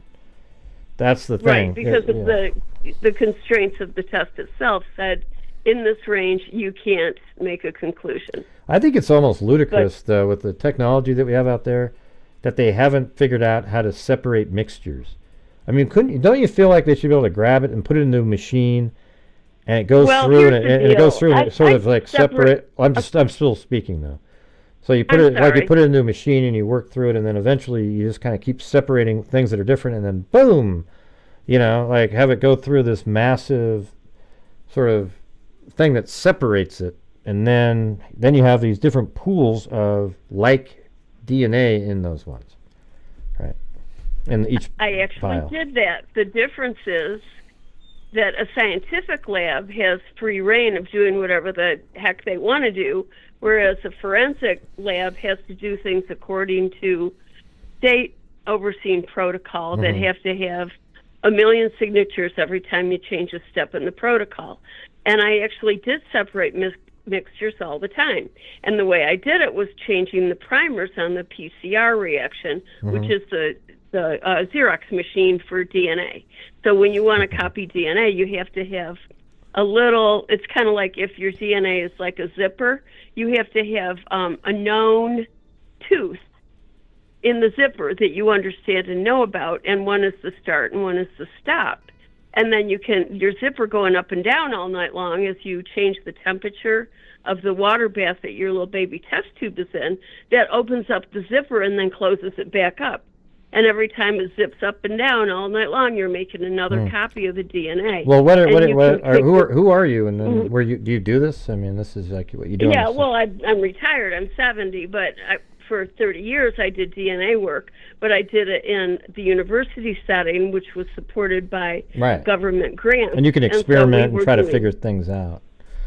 Yeah, we were basic science. We weren't applied or pharmaceutical or forensic. We didn't have anywhere near the the rules and regulations. I kind of like that. I like the zipper idea in terms of building. Not what you were talking about. I mean, what you said worked too, but what I was referring to is like when you build the sequence out, but you don't really have it. You know, when you have fragmented DNA, and then they have this thing like, I don't know if it's enrichment or whatever the hell it's called, but you work through it and it starts putting together the sequence because it finds known zipper portions, and then and then 99% of our DNA is shared. So if you can find, like, I don't know, I guess that would be sort of like what's in CODIS, that little certain spot that you know exactly where it is, and then you go, then you can load in the stuff that we all share, and then you move on, and hopefully you find the other sort of unique portions in maybe a different sample, but it's the same person, and then you can kind of keep building it, and then you eventually end up with the hopefully close to a full sequence, but you don't have to have that. You know, if like you have most of it, it can still work in like GEDmatch. Yeah, that's really exactly what is happening in the process of full genome sequencing. But these little tricks that they do for the law enforcement, for CODIS, and for the IGG, they're just looking at these little specks. You know, they're looking at little, like if you took a bird rifle, like a shotgun, and you shot it right at a string, a clothesline in your yard, and then you went out and you looked at all the little pieces and glued them back together. Where they were glued back together, those would be regions, like either a single nucleotide or a tandem region, and that's what they're looking at in LE and in IgG. They're just looking at little specks here and there. They're only looking at 13 to 15 in the tandem. I think it's 20 now. They're at 20, but 20? Yeah, so that makes it even more. That's why the numbers are so astronomical now, because if the person matches, I think the way it works, you can correct me if I'm wrong, but like at each point, they know what the statistical likelihood of each loci, is that what you call it? But the 20 spots, like, so it might be 1 in 10 have this one. And then spot number 2 is 1 in 500 have this one. And then spot number 3 is 1 in 1,000. And then maybe spot number 4 is 1 in 25. And then spot number 5 is, you know, but that same spot number 5 might also be 1 in 1,000 for somebody else, because like, wow, they have a really rare sequence there or something like that. So you go through and then you multiply the bottom numbers all the way across. And that's why you get like, you know, 1 in octillions, numbers, right? Now, when it was 12, you know, then it was, you know, you could be, maybe you're in the billions, but you're probably still even in the trillions at that point in a lot of the cases, because it just starts going, you know, exponentially every single time. Yeah. Well, the IgG is just one letter. So each one of those locus that you're looking at, which is what, I think 800,000, it's close. It's creeping up to about 1 million. So they've got these, you know, 750,000 plus sites that they understand and know something about and have primers for, and they can select these locus out of a mixed sample of DNA, and they can, you know, just clone those little pieces parts. They don't even have to glue them all back together like you were describing and make a full genome, because IgG is only looking at those particular locus. Or loci, I guess, if you're talking about many. And it's just one nucleotide, but there's so many of them. I mean, I think at some point it seems like we need to be able to get to, I don't know if it's cell level, but I mean, how easy would it be to separate DNA if you could actually grab one cell out of a mixture and say, this one is, and be able to get a full sequence out of it? Like, take one cell, I mean, it's in there. The DNA is in that cell, so you take that cell, you move it over here, right? And then you find one, oh, that's a different one, and you move it over here. Now you've got the mixture separated out. So you were able to do that? I retired. Yeah, I retired 26 years ago from the lab, and I was doing it all the time. We did a process called nuclear transplantation, where we'd take the nucleus out of one cell, and we'd put it in an egg cell and take its own nucleus out. Are you able to get the sequence? Yeah, I've seen that. That's how you can clone somebody. Yeah. Like you literally could, right? But I mean, how could you? So But we used yeah, to but take that do it all the time. could you get a sequence though out of that? Just that one cell? You That's could what if I'm. you wanted to, because if you wanted to do it again and to say it takes the same, well, you know, when you're taking the nucleus from the donor cell, you're taking that from a tissue culture, so you have many cells that are exactly the same, but you're only wanting one cell in order to transplant, you know, the clonal nucleus in. So you're taking usually something that has some memory, you know, it's like a primordial type cell, so it has some memory of being like the very first cell, you know, of a baby has more memory than a skin cell or an eye cell or something. Even though all the DNA is there, it's so methylated and so bound up because we're never going to need it. You know, we're never going to need the DNA that grows us wings or gives us a lung that can breathe underwater. You know, we're not going to need that anymore because we've become a different you know, organism. So those are turned off completely and forever, but they're not deleted yet. They're still there. But you want kind of a nascent, almost cell like a when you're doing like a vestigial organ or something. Exactly. You know? Right. What's your name, by the way? What's your name? What's your name? I'm Kim Sackman. Oh, Kim. Okay. I don't know. Yeah. Would you watch my show often? Oh my God! I wish I could donate more. You'd know me better if I did, I'm sure. But I am a member. Oh, that's okay. Struggled. Yeah, I mean, when people send in super chats, husband. they said their names pop up on the screen. You know, that's why some people you see more and so forth. But well, yeah. we really would love to donate more if we could. And I have a daughter who has some issues, and it's taken every bit of extra money I have. Great. I do share your I don't. show. Yeah, nobody. Well, here's the thing: is nobody's required to send in anything. I just try to actually actively try to get people to send in super chats to support the channel. I mean, if you don't, then you're likely not going to get supported as much. Like if you just sat there and, you know. So I try to take a lot of my, you know, ad revenue and the channel memberships and the super chats and try to give back a lot. So it's big part of what we do. And we put out the factual information in the cases. But I think it's so cool that you know, you're, you know, like a DNA. I mean, I think I explain DNA pretty well often during my shows. I don't know if you.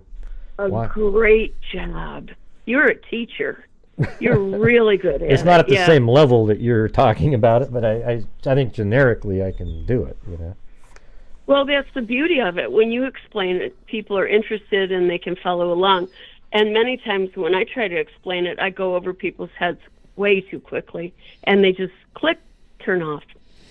Yeah, I mean, I could see it, like when you're getting really into that stuff. I mean, when you started doing the zipper thing, that was pretty good. But then some of the other stuff, you're sort of assuming a knowledge. That's one of the. I think that's the thing, is when you assume the knowledge on something, it makes it. That's where you gotta. I mean, just for your own personal thing, I would say that when you're explaining it, don't assume that anybody knows something. So you might even have to try to explain the next thing that you want to talk about in a generic way, you know, and then, you know. Okay. But I mean, you were really. I mean, it was really interesting. Anyways, I don't think you were too far up there. You know, way above. But there was a couple times where, I mean, even with my little knowledge that I have, I was a little bit like, I kind of get that, but not really. And I was sort of wondering. I mean, who knows, right? I don't know where everybody else is at, but I think it was. I've been I think really it was awesome. impressed with your knowledge. I mean, when you have some of the, I forgot the woman's name. Dr. Colleen Fitzpatrick. Yeah. Yes, of course, that's it. You knew exactly who I meant. When I watch her on your show, I'm just flabbergasted at how well you understand and can follow along, and you get it, and you talk back and forth like it's, you know, breakfast table conversation. I'm like, wow, he just can do everything. I mean, you know, I'm just flabbergasted with your talent. But yeah, my husband is a strong Republican. He wanted to name our dog Trump, but I'm a little bit of a tree hugger, I have to admit. So we have a bipolitical family, and we have a dog trainer in Kentucky. We're in Indiana. Our dog trainer named his puppy Trump. Oh, there you go. Wow. Yeah. I got a So lot that of tickles us that you include that too. So we love your show. I know. For some people, they hate me because of that, sadly. Good for you. Good for you. Yeah, that's what I think. Oh, your coverage of the shooting was phenomenal with all the different angles and everything. Yeah, I think that was some of my better work over the years. I think all the different, like when I got the videos and I would hand stabilize each single frame to make it so you could actually see what was going on. You know, the struggle is being able to be one of the people that get the videos right away, you know, because other people get it and they don't know what to do with them. And then it's frustrating that I don't get the original copy that they got. You know? Well, I noticed that with Linda Lane, but you were really careful about vetting the audio on the copy that you got and made sure that the one you got hadn't been messed up, you know? Yeah, and, the Linda Lane one, there's a group of videos out there. The person just put 4 hours of video out there, and that one absolutely 100%. That car going around, that's real stuff. And remember that one time? Yeah, that's right. When those students were pulled over at the park, we went to that hour, and when they were pulled over at the band field, I mean, there's this little beep, beep, beep sound on one of the videos, and it matches exactly the sound on the Linda Lane camera. So then you knew that camera was accurate and picking up audio from a distance over there. Right. Yeah. Right. Yeah, we followed that. My husband and I were just, you know, drawing on pieces of paper left and right with big fat crayon and, you know, trying to put it all together. And we could keep up with you. It was a struggle, but we went back over it, of course, many times. And then you had some of the mapping, in particular, the mapping videos, when I think that YouTube was being awful to you at some point, and you said, you know, I'm taking down these videos and I'm going to consolidate them into these videos. And Rob and I started running around the house pulling our hair out because we were relying on YouTube being a library, you know, and maintaining your videos. And then I don't know what happened, but it was wonderful that you were able to save those for us so that we could refer back to them, because a lot of that stuff goes fast. Yeah, sometimes though I re-upload it. Like if I put a video out that I know is better than it got viewed, I'll just remove it and re-upload it again at some point, because there's so many people that, like, let's say I only got 3,000 views. Well, that's ridiculous. I mean, you got just garbage videos that get 60,000 views. So then you feel like, well, wow, I mean, 57,000 more people should have watched this one, and maybe they would have known something. But I don't know. It's not. I don't like spending a lot of hours making. Yeah, I don't like spending a lot of hours making a video, uploading it, and nobody watches it. It's just a complete waste of time, and it's just really just doesn't feel good at all. So sometimes I'll just delete it almost immediately. I've actually done it one time where I put a video out, and it got like 1,500 views in an entire day, and I was just so angry, and I deleted it. Next day I uploaded it, got 15,000. You know, it's like, so something like YouTube does that just somehow relegates specific videos at any given time into a hole of nothingness. Yeah. I think you're right. I think they have a way of prioritizing and then also sort of 86ing stuff without our algorithm affecting it. I think that it's there's you know, the power that be in YouTube, and I don't know, there was another woman that had a channel, and I don't watch her often, but Daniel in Texas, the Drunk Turkey Show Daniel, he had her on the other day, and she said that she got put in YouTube, grabbed her channel and shut it down and kept all her stuff and wouldn't give it back to her. And she had a letter saying, you have to comply with all these you know, it was like a multi-page document. You have to comply with all this, and then we'll think about giving you your channel back. And she said, I just walked away from it because there was nothing I could do. Absolutely nothing. They wouldn't give me the reason why they shut me down. They wouldn't say what law I had broken or which video it was that was wrong. It was just very nebulous. Wow. That's wild. Yeah, I can't remember her name. Hey, maybe when we're doing like some DNA stuff in the future, you can call in and, you know, try to get us hooked up. That Oh, right? I'd love to. Yeah. I'd be more than happy to. Yes, I'll keep. And I found the number. It was right at the top of the page on the banner. There it is. But I was looking through the chats That's instead, right. and That's I never. right. Anyway, thank you very much. I'm Yeah. older, and so I'm a little pokey, but I sure do love your channel. Well, thank you. All right. Well, I'm glad you're here. Well, you're welcome. Thanks, Kim. All right. Have a good one. Okay. Thanks for Bye-bye. calling in. Bye-bye. Hey, so earlier, did Cheryl Moran want to call in or something? Or are you still out there, Cheryl Moran? Because it sounded like somebody said you wanted a link. And thanks, Kim. That was really interesting stuff. It's good stuff there. Let's see.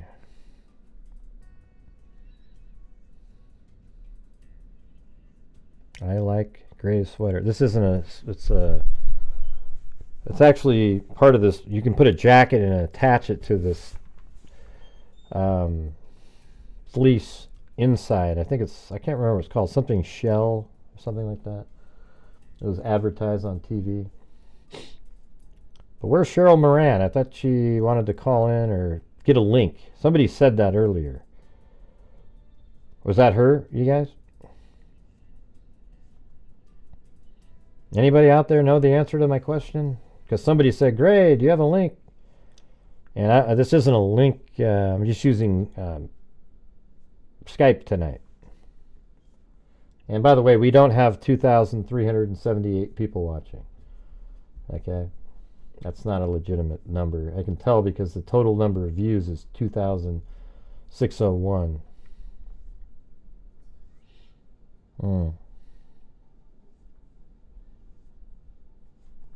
Anybody have the answer? One of you guys typed it in and said, hey, do you have a link? The last to be with the... It's interesting how certain people don't like BK's own attorney admitted the Elantra was his car. Yeah, she literally said in there, you guys, that's the one you use to identify the car. But, you know, there is no linkage between the other footage. See, you were able to identify his car here, but the car that you see here, you can't tell that it's his car. And then the car that you see here, you can't tell it's 100% his car because the front license plate is blown out. And then when it comes back all these other times, you can't tell, so it's not his. No, it is. And see, this is what I always like. I always like to keep repeating this, and I do repeat stuff a lot, but I intentionally repeat it because you never know if there's some other person watching. They might actually get something out of it, right? And here, you guys want to see something interesting? Let's try to do this while on the live show. I just went through and found some of my videos from earlier. Hold on. Let's see, is that the one? Yeah, I'm just opening up a folder. It might take a little bit. And I'll show you some actual video from the winter of 2023 of me driving around out there. Okay? It might be interesting. And it's at night.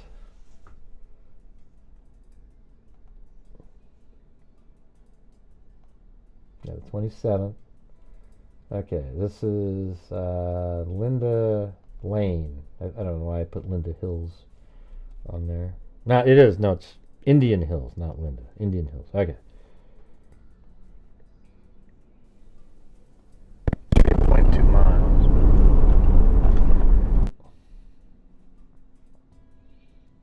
Okay. So let me try to find this on a map. Okay, right there. We're taking a left here. Okay, I'll show you. We should be behind a truck in this one. No, that was the wrong one. As I drove in the other lane. Just a minute, though. I'll show you where we're at in just a second once we take the left coming up here. Or maybe that was during the day where I was behind the truck. But this should be pretty interesting. I'll show you. Alright. So I think coming up here we're going to turn left and right here. Okay. So boom. Alright. Let's go up to the map and that is right here. Right there. So in that video I'm driving right there and I'm taking the left. We probably should be able to see that sign in the video. There it is, lit up at night, that oval right there. And so we go back out to Street View again. God, I'm good at this stuff. And there it is, see? Little oval. And then the car turns left. And it's driving up here. Now, in a minute, it'll be on Linda Lane. And what we're going to do is we're going to pull out a stopwatch. And we're going to start it at 3:26. But we won't see it at 3:26. We'll just know that that's what it was. All right. And now it's taking a right. And eventually it'll take go up left here and then take another left. No, actually it takes a right here and then a left. So right now in that video, or in the video right now, we just drove like that and took a right. So then we're going to drive all the way down like this and then take a left and then around and then come up. And this is where the vehicle was spotted at 3:26. Right? So it's taking that right, and it's going to go straight for a while. And then after driving a little bit, it's going to take a left, go a little bit, and then take another left. So this is Kohberger's route, you guys. So if you really want to know this stuff, this is what you got to do right here. Take that off the screen.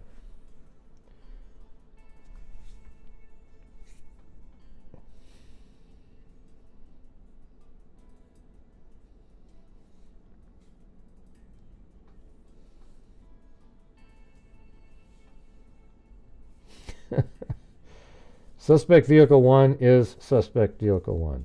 It's Kohberger's Elantra. That was me mistakenly. No, I think I was supposed to turn there, actually. So I think I back up. This is like one of the first times I was ever there. And I think... Is this the right one here, or is there another one? Here, let me try that. Let me do this one instead. Hold on. We can see it during the daytime. I think that might be more sort of interesting. I mean, so this is a drive coming in. Like, this is how I had Kohberger coming in. Right now, he's way over here. He's actually right there. See that? Right now, I'm driving right here. Then we're going to go through an intersection and then turn left right there. So I think right there is how you get up there, like Conestoga. That was left. I think that was Conestoga Drive. That would take you to 1122 King Road. That's how he exited the area.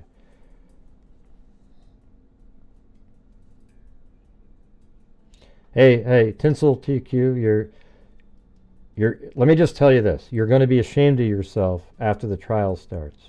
Okay?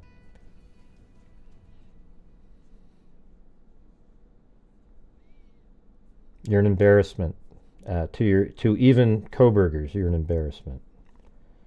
All right, just letting you know. You're more than welcome to have your opinions, but I'm just telling you they're embarrassing to listen to or read. Oh my God. Hey, thanks, Kami. Can we get a boom? So here's that intersection, right? So let's go back up in the air. That is right here. Okay, so it's going to go forward and turn left, and you'll see that same oval sign here after I get through this. I'm just going to speed it up so we go through the intersection. All right. Oh, I went too far. There's that. So coming up here, you'll see just in a second. This is the route that Kohberger took at night. And that oval sign should be coming up here shortly, which is, there it is right there. It has a little oval shape on it right there. And we got behind a truck. God, if I was just there a little sooner, though. Yeah, his own lawyer said he was 1/4 mile from the house at 3:29. But people like Tinsel TQ, they don't care about stuff like that. They'll make up excuses for it. Thank you, GSUPN. All right, here we go. We're getting to this road right here. And I don't know which name of that is, what the name of that one is, but let me show you where that is. So we just drove up like this, and we're taking a right. And then right here on Alice Street, we're going to take a left. So next turn will be Alice Street, and it's quite a ways up there. Are you guys finding this interesting at all? A lot of the freaks have already seen all this stuff, but I actually, when I went there, I didn't waste all the time just standing around over at the house, walking around. I went around and drove the places that the probable cause document shows that Kohberger was moving around, and where suspect vehicle 1 was, which is Brian Kohberger's. So now you're going up here, and we're going to take a left, and this is Indian. Let me see what that said.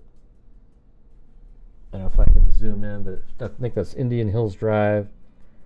I think we take a left. Yeah, so we take a left right here. And pretty soon I'm going to stop. I think I actually removed the camera from the dashboard. Yep. And then right there, see that? You can barely see it, but it's a black dot. That's a camera on the side of that building. So let me show you exactly where that is. This is in 700 Indian Hills Drive. You turn around, you zoom in, and look. There it is. See, that's the camera that I think filmed suspect vehicle 1 driving by. Alright, so since we've got that figured out, and I'm just going to wait till right now, boom, stop. Now we get out the clock, or let's see, stopwatch. And let's put that right over. Let's see if I can. Let's make this a little bit smaller. Not quite that small, but like it's kind of a square video anyways. So we could put that right there, and then we can put the stopwatch right over here, and then let's get that to 0. Okay, so it's 3:26 right now. All right. So before we even get further, I'm going to move. I'm going to open up something else. But this is stuff that I do on my own to try to prove different things often. So let's open up today. That's Kohberger videos. There's that one. Let's open up the Pennsylvania, and then let's get to. I'm going to type in 326. Okay, it's in the documents, but do I have that one? Let's see, Indian Hills, Indian Hill.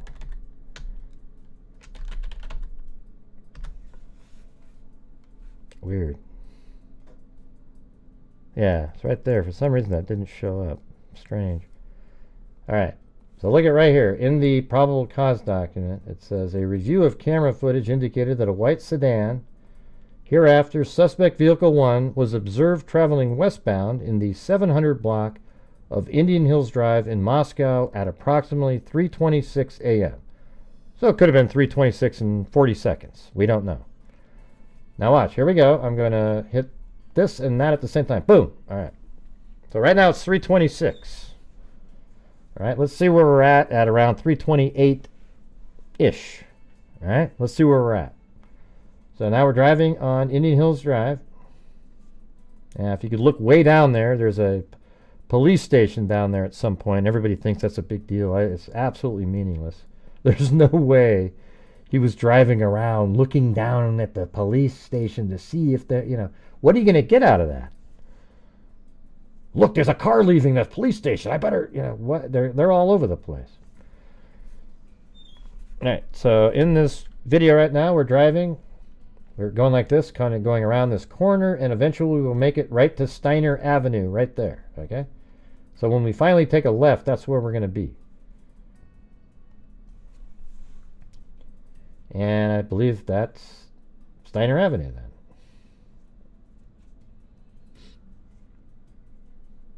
Or maybe not. I think Steiner Avenue. No, Steiner Avenue is coming up. Sorry. All right, so imagine right now, what time is it, you guys? Remember it was 3:26 at Indian Hills Drive? So what time is it right now?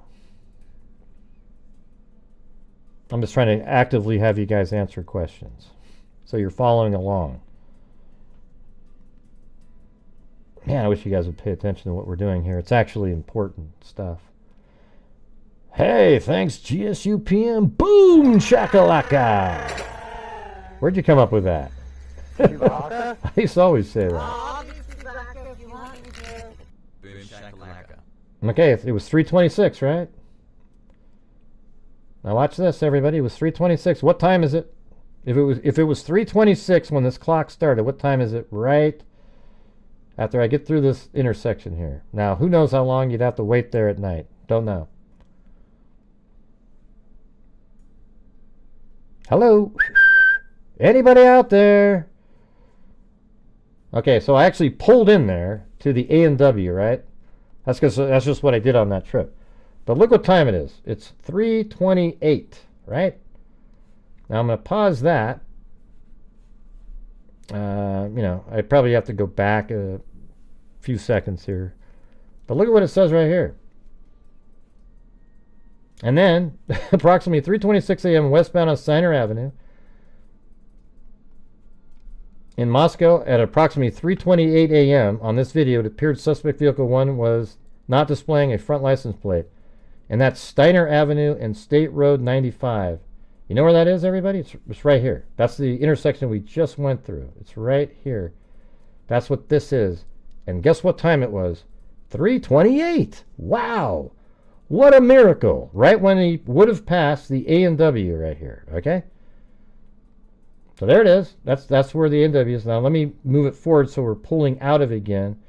And we're just going to be right back out on the street, and then I'll start the clock back up again. I'll let the car drive a little bit to make up for 8 seconds or so where I let the clock tick away. So let me put that back up here. Let's just hit that. It's driving, and then we'll just go like that. Right?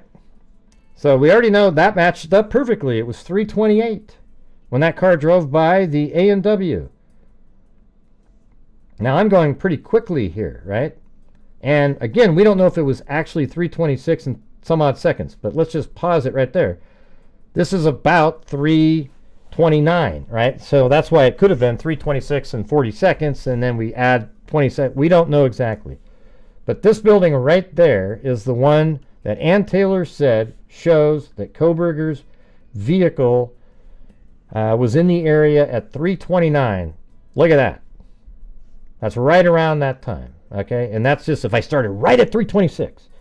So say it was 3:26 and 40 seconds. We're right at, I bet it was 3:26, and I think this precise time is going to be 3:26 and probably 25 seconds. That's what I think. All right? And so right now it would be 3:29 and 8 seconds. And then what's going to happen? The vehicle is going to drive around like this. I guess I have to start that up again. It's going to come around right here. And then this is where it turns after going up this hill. And remember what I said. It was 3:26 and 25 seconds. So we're going to add 25 seconds to this in a second here. Let's see how accurate how close it would be. Okay, there's Banfield is coming as right there. Boom, and stop. So add 25 seconds to that. That would be 40. So that'd be 3 minutes and 40 seconds. So that would be, if you went at 26, so it would be 3:29 and 40 seconds. All right? That's what time that would be. Now watch this craziness. For those who give a damn.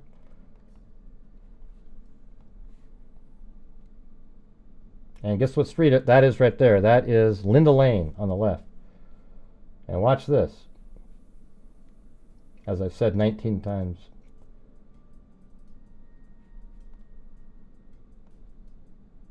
I think it's this one that I'll use. Ah, crap. That's not what I wanted to do. But look, there it is. And right down at the bottom of the screen, let's move it forward. Here's 3:29, 32, 33, 34, 35, 36, 37, 38, 39, 40. And so it's a little, 5 seconds off. There's the vehicle right there. Look at that. See how perfect that is, you guys? I mean, it's just a matter of, okay, it was over here 5 seconds or whatever, 4 seconds. There it is. 3:29, 40 something driving by right there. Now, unfortunately, I have to go back out and find. It shouldn't take that long, but I have to go find the video that I just loaded up. And it's going to be under GoPro. Idaho 27th, and it's the light version. Come on, you guys got to admit, this is definitely super chat worthy stuff here. This is like way different, way better than you see anywhere else. People trying to sell you a bunch of garbage daily. All right, let's go back over there. And okay, so we're a little bit too far. There's the MW. Everything's really pretty close to each other, closer than you'd think. Okay, so now we're going up around that corner. And just in a moment here, Banfield's coming up, and it'll be basically 3:29:40-ish, something like that. Write it down. I'm going to say that when it passed Indian Hills Drive, it was like 3:26:25 or 30, something like that. Might be even a little later, and the car didn't have to wait at that four-way stop because it was so late at night. So we just drove by Indian Hills Drive there. All right, so let's go back there a little bit. I'm gonna start up the clock again.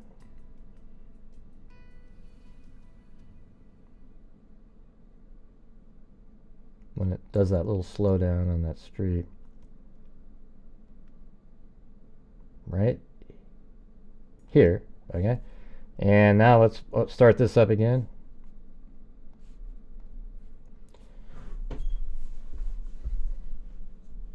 So at the very end, we add 25 seconds to it, and then add that to 3:26. So here we go. Now the car comes around this way. Thank you, Timothy Cecil.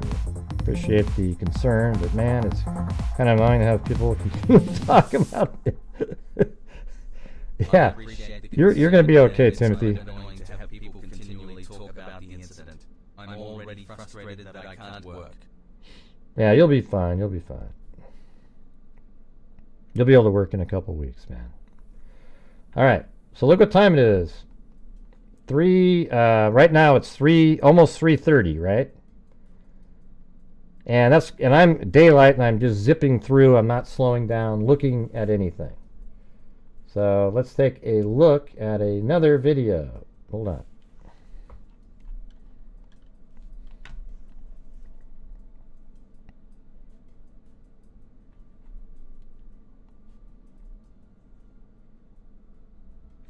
Be cool to get some more memberships tonight. We got 9 of them, but if you guys want to get some more in there, that'd be cool. Let's see.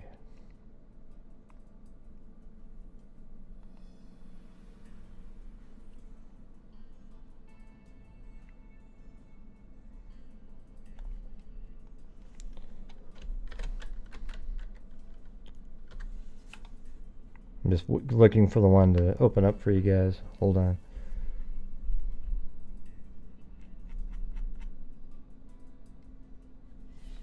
Okay, Linda Lane, 3 to 4. That's the one. All right. Ah! Don't do it. Don't do it. Oh, he did it anyways. Shit. So look at that. It's 3:30 and 53 seconds.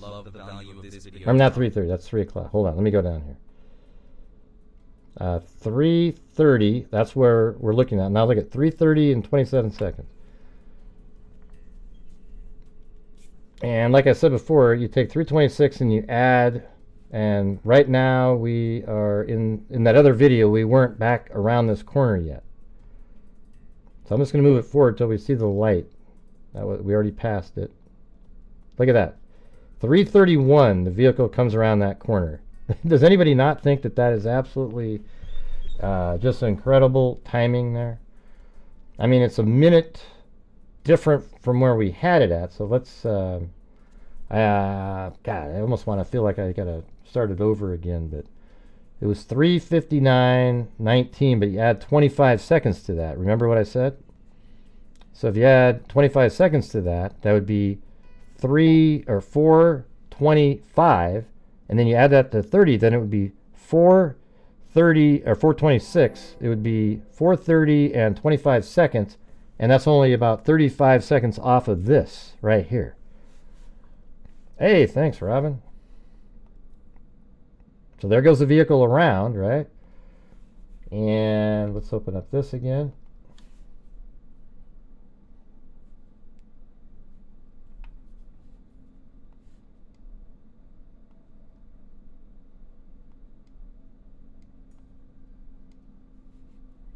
And I think I stopped it when we were just like right there, right at the top of the hill. So then you add another 20 seconds. I mean, it's just right there, man. That's why they can link these cars up timing-wise. You see that?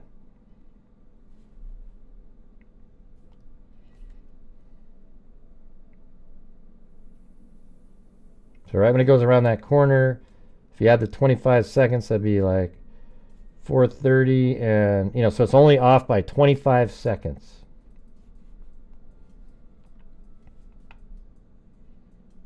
And probably slow down in front of 1122 King Road, or, you know, on that street, not to draw attention. And then it comes around, and then it parks right there. Oh yeah, let's see what the next one was. This actually is a continuation right here of that exact same video. So look how it comes around right here. Now watch.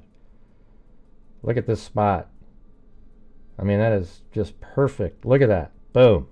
You can see right in to Madison Mogan's room right there. See that? From that spot, and even right there. I mean, that's even better. I mean, look at that. Is that crazy or what? There's Madison Mogan's room. You park right there, you get out, get in the car, do your blood spatter mitigation, and you get the hell out of Dodge. And by the way, we do not have 4,509 people watching right now, okay? If that was true, everybody hit the like button right now, okay? Everybody hit that like button for me if you could do it. If we get 1,000 likes, I'll believe it. All right, so here we go. Everybody put down what you're doing and hit that like button for me right now. And a 1 and a 2 and a 3 and a 4 and a 1 and a 5 and a 6 and a 7 and 8. And do I hear 30? Do I hear 45, 50? Hit that like button. Use your nose, use your toes, whatever blows. Hit that like button. It's one of the easiest damn things to do in the world. Hit the like button, please. Hit the like button. You can do it. You can do it. I think I'm going to make a video on what I just showed you. Do you think that would be worth doing? I did something, I did that on a live stream with the freaks, and everybody clocked it out. But I think now with the existing videos, I can actually do it. I think that'll be the one I do tomorrow. What do you guys think? Will you guys watch it for me? You'll see it in a better format where it's just crystal clear.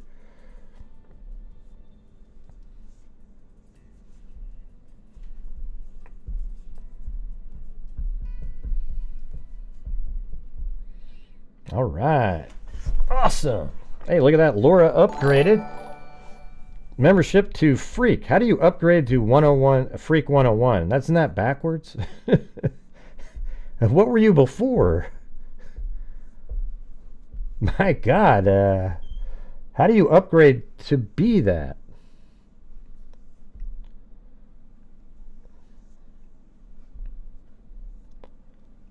Thank you, GSUPM.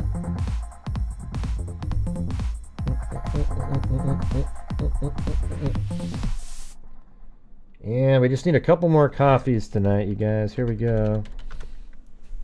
See if we can get those. Some video tracking at the very end. Did you say that was the house there on the left? House with sort of a gray siding and a... Yeah, that was the house. Yep. Watch. It's right here. This is one. This is me driving in the car here, by the way. That's it right there. That's 1122 King Road right there. And if you park the car right there, that's the window that goes into Madison Mogan's bedroom. So I didn't originally think this, but not too far into it. I believe that, I don't know, it might have been like 6 months in actually. I think Madison Mogen, just based on being there and seeing how things are, I think she was the target. And I think Xana, Ethan, and Kaylee were all people. I originally thought he went in there to kill all of them, and it's still a possibility that he went there to kill all the females in that house, and Kaylee being in Madison's room and Ethan being there sort of threw a wrench into it, and he got the hell out of there. That's definitely a possibility, and it wouldn't even surprise me if that's the case. However, I think it's just as likely, but I feel like it's more likely, so let's say it's like 45-55, that Madison Mogen's room is right there, and that was his target. She's sort of like the typical kind of, like Barbie, like a really pretty college student that, he might have been obsessed with. I think he was looking at her through that window, and he was going in there to kill her, and then he was surprised when, the lights were off, etc., and then it turns out when he got in there, Kaylee Gonzalves is in there, and that threw a wrench into it, but I think when he came into the house, he confronted Xana first, and Ethan, and he was like, holy shit, and then he was sort of improvising now, because he didn't expect that at all. He expected to walk in, down the hallway, quietly up into Madison's room, and kill her. That's it. Hey, Robin, thank you. I think he expected to go through the sliding glass door, down the hall, just slight little hallway there, up the stairs, and kill Madison, and maybe leave the knife sheath as a calling card. He was going to slip back into his vehicle and get the hell out of there. Right? Now, the thing is, he did do the blood spatter mitigation stuff, so, if he planned to kill one person, would he still do that? Probably, I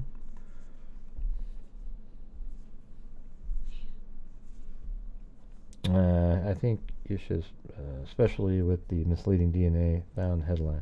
What are you referring to, Jesse?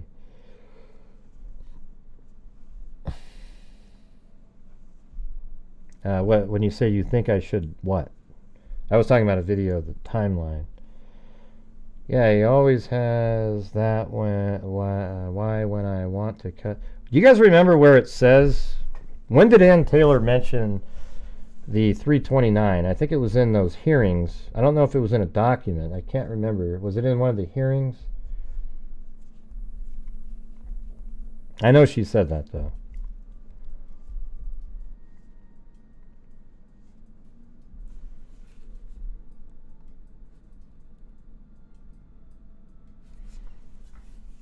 Yeah, it was a hearing.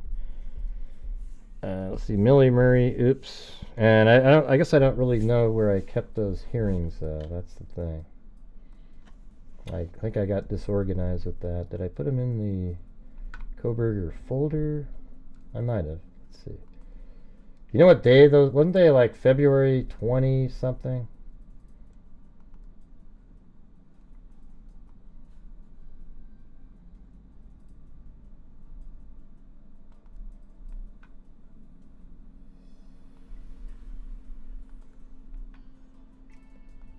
Might have been before that.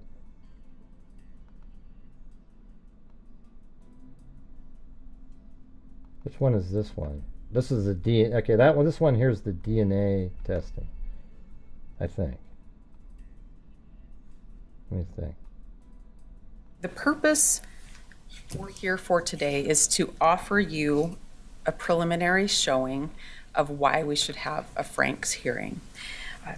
Oh yeah, this is it, right? To this is do one. that, we will show this, you. This has all the crap. That in this circumstance, the affidavits that the state addressed them in our response. One thing with no context around it, when there's this other context that really matters. I think this is it. Standard, which is even if you add that stuff, does that maybe a sheath that can be carried to the house and blood in the house that's not the same. You put into a bag real quick on the way out. Ah! See that? Put in the bag really quick on the way out. This is sweet. What a cool find. That's exactly what we've been talking about. What? Searched, and I mean searched and taken apart. The brake is taken apart. The gear shift is taken apart. The key Right. fob They're talking about why wasn't there blood in his car? is checked. There's no blood on any of that. None. The steering wheel. There's some kind of spray all over the interior of the car to check for it. There's no blood. I think that there's context that the magistrate should have known that's absolutely exculpatory to Mr. Koberger, and it matters a whole lot. I'm not saying it's not potentially exculpatory. I'm just saying I'm not sure how knowing that in light of a positive DNA connection would trump, would cause any magistrate to say, well, okay, I guess there's no probable cause here because you couldn't find other connection to forensic evidence when there are other things in the affidavit or affidavits at that point that could explain that. This guy, man, he's so logical. That's why you gotta like it. Including the use of covering clothing and covering gloves and all that could be put into a bag real quick on the way out that was in one of the affidavits. Right. Now there it is. That's actually the answer right there. This is the one though, right, Lisa? The hearing? Person from a found on or near one of the victims in the sheath in Mr. Koberger. I mean, that stuff applies to every single warrant we have because that was early. I thought you transitioned to warrants that were obtained. To drive testing, and so you know where a vehicle is going. You can know whether it's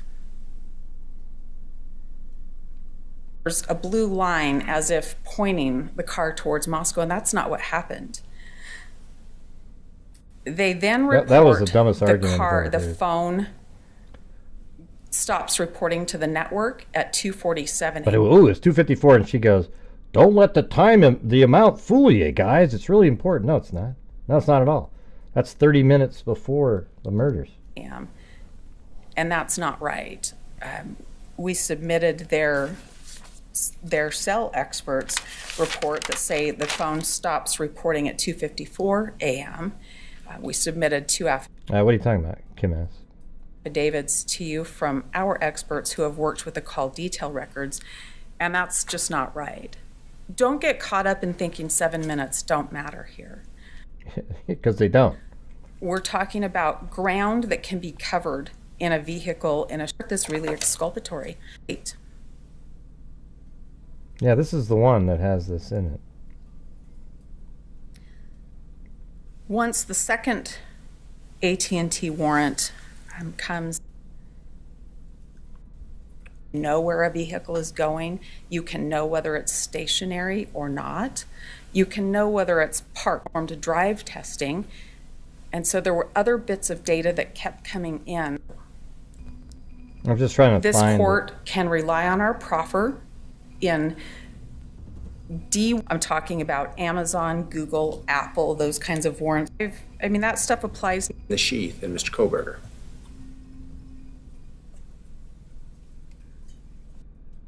The sheath in Mr. Koberger. I mean, that stuff I wanna hear applies to that every part. single warrant we have because that was I thought early. you transitioned to warrants that were obtained after the arrest. I did. Yeah, and by the time of the arrest, they had a direct DNA connection.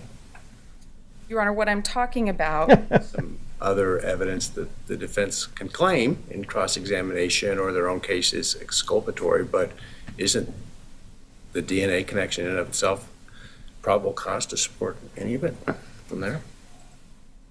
Your Honor, the DNA I'm talking about is the lack of DNA in Mr. Koberger's car and the lack of DNA in his apartment, the lack of connection to the individual. It doesn't matter, but his DNA was there, so who cares if it's not somewhere else? Even if disclosed, preclude a finding of probable cause when there's a DNA match between the DNA in the sheath and Mr. Koberger. Isn't that probable cause every day and twice on Sunday? Not in this context. Yeah, she didn't have an answer for that one. Hey, thanks, Mark Ferris. In O.J. Simpson's Bronco, there were only 2 or 3 small blotches of blood from his victim. And then you consider the crime scene. Should tell you something about blood spatter. Right. And when you Exactly. consider the crime scene there, that should tell you something about blood spatter. found on or near one of the victims does person from a object likely associated with a murder weapon. Hey, Lisa Valenzuela, this is the one that has that in it, right? Because I think this is where she goes over the 12 points. Searched, and I mean searched and taken apart. The brake is taken apart. The gear shift is taken apart. Put into a bag real quick on the way out. Maybe a sheath that can be carried to the house and blood in the house. Necessarily not exclude Mr. Koberg. What it may do is suggest there might be a potential other person in addition involved if you assume that that blood was related to it doesn't exclude Koberg, this means maybe somebody else. And not some earlier event in the house. If, when she wasn't told about one thing with no context around it, when there's this other context that really matters. The Frank standard, which is even if you add that stuff, does that take away probable cause, counsel? And my problem is once you have a direct DNA tie to the defendant, for purposes of probable cause. I think the most prominent question is how did that sheath get there? And I think when you ask that question, I think you can have DNA on an object at a scene when you know about all of these other things and you don't find probable cause because there are more questions than that's absolutely there are answers. And all of a sudden this one thing doesn't look as big. No, it always looks a big. A minute ago you made a big deal about there being 7 minutes of time when the drive time from Pullman to Moscow, Idaho is like 12 minutes or something. And you said, oh, it was 2:47 and then now it's actually 2:54, okay? Right, but the first time the car spot is at 3:26 on Indian Hills Drive. So that's like 30 minutes later, okay? So, it doesn't mean anything. If you told me that his car was heading a different direction at 3:19 or something, I'd go, oh, shit, now that is meaningful. What she's saying is not meaningful at all. It doesn't look as everything pointing to that's not there. That doesn't exist. But there was DNA evidence. Have omissions both. It's not one thing in this. Should we move on? And then ask the second question. The detective made by discuss Sinclair opinions, allegations of these specific David, cause. Time that the phone was have been doing. We don't know what else they did wrong because everything. These affidavits, I want to go through that warrant with the court having in mind that she was awoken at 4 in this affidavit at all. Oh yeah, she was awoken at 4. She was awoken at 4 by what she stated sounded like one of the victims victims seems like this playing is the with one, the dog. Right? Must have been earlier. Which was on the 3rd floor. A short time later, she thought she heard one of the victims say something. That caveat she thought she heard is a problem. That's not in this affidavit. And D8C as well. That is important. 8C, and that's going to be beginning at page 396. I'm just trying to find one specific thing. 399, 403. There's further statements from that witness in that political number. I did a show with it. And it I don't know. I don't trails remember. If you can path find it, let me know. pieced together camera in the year of the car. And here we the go. FBI Here it provides is. This is it right here. some possibilities after numerous submissions to them, and the court knows this and can read about this. This is going to be in, I believe, D10. That's in D9. And finally, after several submissions, that's when the FBI IML says, I can make a car identification.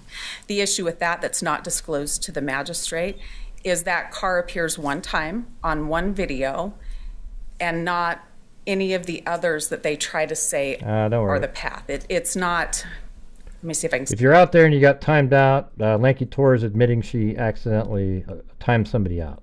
So don't come back in and say, why did I get timed out? That'll get you removed. She's already admitted she accidentally did that, okay? say this right. It's not following a consistent trail where the one camera that can identify the car where it appears again. It appears one time, Now, and then don't what worry about it, law Lanky enforcement did was they took. Hey, Lanky Tor, if I had $1 for every time somebody accidentally got timed out, I would have retired off of YouTube a long time ago. Took several videos from all over the area and said, well, it's the same car. Because it We is. have an identification. Right. That's not all. The identification was most comfortably from that FBI agent to be a 2011 to 2013 Elantra. Right, so what? And now she's going to say, and then after they were looking at the Koberger, they said, ooh, it could be 14 to 16, so they're tailoring their information to match him. And it's just not true, you guys. They probably looked at it and went, oh, wait, so this guy drives one of those? Let me check. Oh, you know what? That could also be these 3 years. I mean, what is wrong with doing that? Nothing. And that's what law enforcement relied on.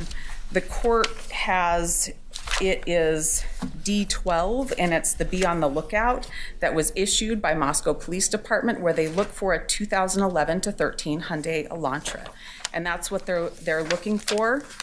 And they don't tell the magistrate that's what they're looking for. They mislead the magistrate and let the magistrate believe that they have a clear view of this car making this loop, and that's just not what happened. It is what happened. It doesn't make a whole lot of sense. Yeah, no, they piece it together and it makes a whole lot of sense. Now, you releasing the 356 video shows you that you know it makes sense, so you put out the one where the car is going the other direction. Nice try. Law enforcement in their affidavits talked about this dog barking, and they key some time, and they say this is when something was happening inside this house. We can hear this dog barking, and they use the videotape to get a time off that, the surveillance tape from the neighborhood, the 1112 King.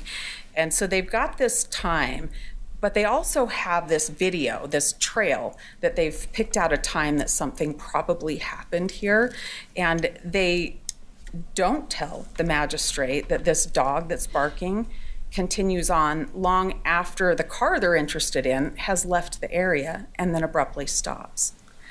Your Honor, the dog was found the next day inside the house in a bedroom with an open door, where the other bedrooms that contained people that died, their bedroom doors were open, and this dog had not tracked any blood around. The dog had no blood on it whatsoever, but it was just sitting in an open room a day later. So right here is where she claims the door was open.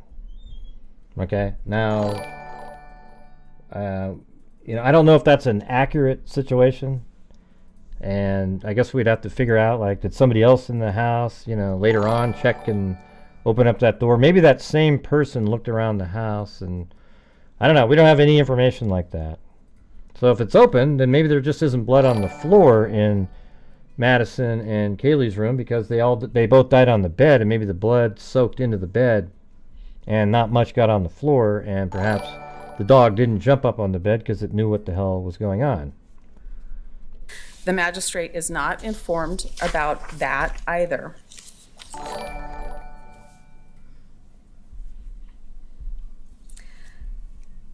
Then the police department goes through maneuvers to tell the magistrate that they did this investigation.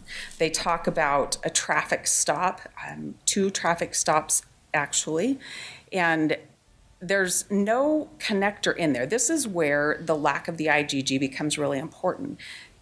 If you know about the IGG, you know why that would be built. Otherwise, 2 random traffic stops months ago in pretty populated areas with a lot of college kids really doesn't add up to be an investigation. But those are put in there to try to bolster up this investigation and say it was something that it wasn't. Probably the worst part of that is relying on, after the BOLO went out for 2011 to 13 Elantra, then WSU, Washington State University, officers find cars. They find one that's registered to Brian Koberger, parked at the apartments he lived in, but it was a 2015 Elantra, And so they don't really do much with it. But this is placed. That is placed in the affidavit like it was an investigative fact, and it wasn't. It was on the 20th of December when the detective, the lead detective, got a hold of WSU police and found out about that and said, oh, hey, you called this in. He didn't know about that before, but there's no context around that. That's just stacked in there like it creates probable cause when it doesn't. You know that's the case when you look at a couple of our exhibits. One is prior testimony from that same detective. And if you look at the messaging between the detective and the WSU police officer about the timing of that. So it's based on this false investigation trail, and it's based on... You know, I really think she's dumb or something. I mean, I was just listening to that when I had to go use the restroom, but I was listening, and it's just like, what is she talking about? I mean, these officers, yes, they went around and they looked for people that had white Elantras on their campus, and they put it into the system. And then after Koberger's name was identified as being a lead, they looked and found that, oh, wow, look at these two officers, looked into it. I mean, it's crazy to me. What is she arguing about? That's classic. That's what people do. Oh, wow, look at these two officers looked into that vehicle. But she's making, and they put it in there because they're saying that these two officers found a white Elantra that Koberger drove, and it had also matched, from 2011 to 2016. And after they probably even identified Koberger, they go, you know what? I think 2014, 15, 16 also work. Like you're stuck somehow. And that's what a lot of these wacko Probergers think out there, that for some reason, because the FBI originally said it was 2011 to 2013, they have no ability to ever change it again. They're stuck. So, if, like you see the vehicle, you know what, that one can work too. You can't do it now because now it has to be a 2011 to 2013. Why? Because Ann Taylor says so. It's just so dumb. Statements that are completely out of context from somebody that they interviewed that are incorrect statements when you take the totality of the circumstances together, and statements that this person disclaimed a couple Hey, welcome, Sissy. Thank you. of days later because she wasn't sure what she remembered was real, and give that to the judge. If you add in the missing piece of IGG and what happened with that, and as a judge, you've got law enforcement willing to violate their own policy, and you know that you're not being told the full story about what a witness is saying, and you're being led down this path to say there's a real investigation when there wasn't a real investigation, you don't find probable cause on that. I'm actually just looking for the 329 comment. I find that the IGG was not unconstitutionally obtained. Doesn't it just add to the probable cause? No. If it were to have been disclosed, it would have simply created more basis to suspect Koberger. Your Honor, if it had been disclosed, think about how that would read. Okay, I think it might be back a little bit further. In the year of the car, and the FBI provides vehicle number 1. And D8C as well. That is important because that's misleading to the judge. That waters down what was said, and that matters in the probable cause affidavit because the officers, when they wrote this, knew that wasn't the case. They knew this particular person that DM said was upright and running down the stairs, that's not what happened. That person was killed in the bed and never left the bed. And so the officers water that down because they know that fact is wrong, but they don't tell the magistrate that. They also don't tell the magistrate that this witness that wouldn't have affected anything. Has claimed memory problems, that this witness has claimed that she's not sure what she heard or saw was real or whether it was at a dream, and that is contained in defendant's vehicle number 1. And it trails a path of pieced together cameras. But what they don't tell the magistrate is that the camera near the residence, the 1112 King Road camera near 1122 King Road, you can't tell what kind of car it is. They don't tell the magistrate that that's an impossible car, that their expert can't make an identification off that. They don't tell the magistrate that this is pieced together from various other videos throughout the area. That's withheld from the magistrate. That's important information when you tell a magistrate, we found this car doing this thing and we know what it is. It's around this particular area. The next issue is the year of the car. Okay, so that's law enforcement. She was awoken at 4. Yeah, so that must be later. That she maybe it's in this portion. Repeated throughout the house. So to act like that. Let's see, maybe it's in this portion. And then my summary. I'm curious about the new police report that was talked about. And yeah, we wanted those in discovery. And that's kind of gotten to be Amazon. That's a theme of this case, and that's really a problem. So I think we should have Frank's hearing to explore what that really is about, if for nothing. What's the omission or the question is there a material intentional misstatement or a reckless misstatement? From Frank's perspective. How is that? Well, I understand. I promised I wouldn't slow you down, so I'm going to let you just go ahead. Okay.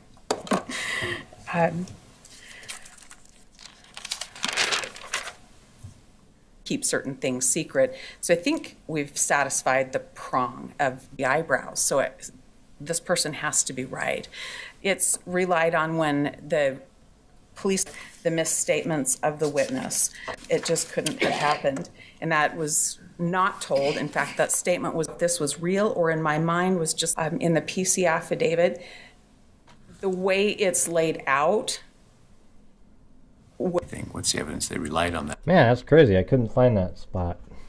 Remember when she mentioned, she even gave the address of the, maybe it was in a longer hearing. I don't know. What do you guys think? I can't find it for some reason. I'll have to go dig around. I won't waste your guys' time digging around on it for it, though.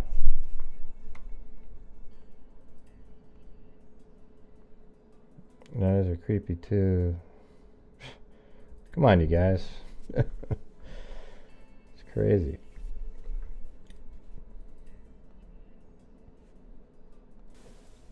False statements to the magistrate determined by one little thing without context, especially when there's context of omitted information. That's why we have the opportunity for a Frank's hearing, to ask for a Frank's hearing and to offer information for your honor to rely on.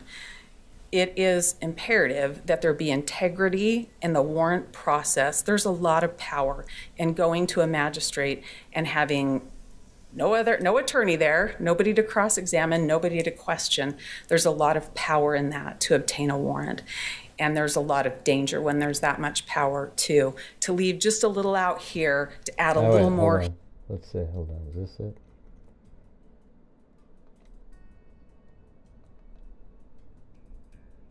But then you have this false narrative. That looks like stalking, that looks like following, and it's not true. That is extremely damaging. It's very misleading. It's an outright lie to the magistrate. When you omit that kind of information, when you take that context out, you might as well say stalking, because that's what you're trying to say. I think it's around this time. And you know that's not true. Yeah, so it's part of this. This court can rely on our proffer. So is it in this one then? It wasn't in the IGG one, right?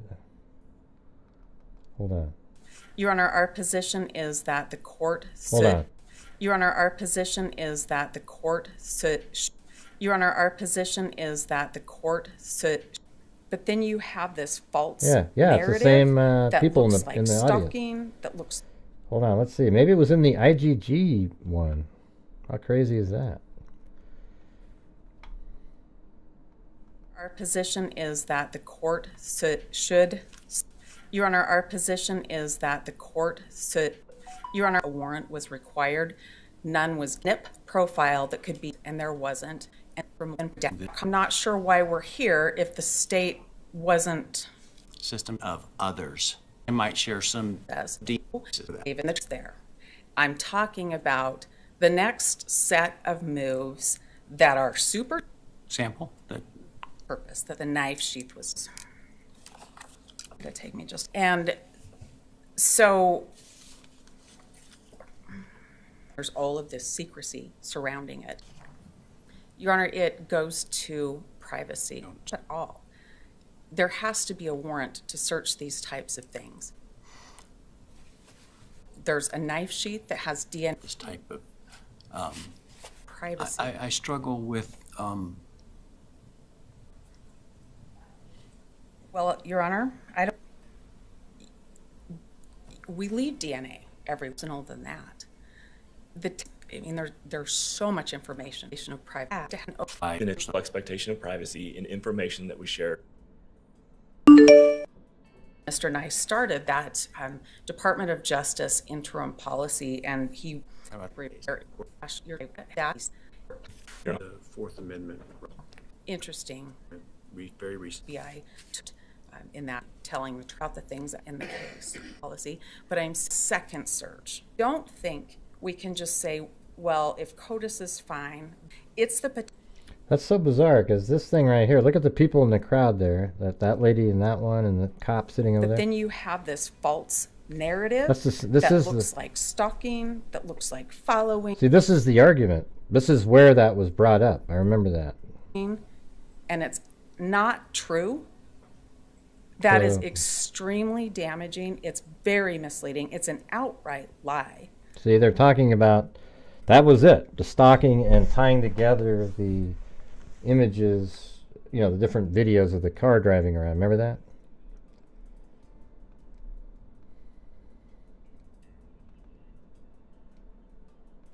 Let me see, the 25th maybe? No.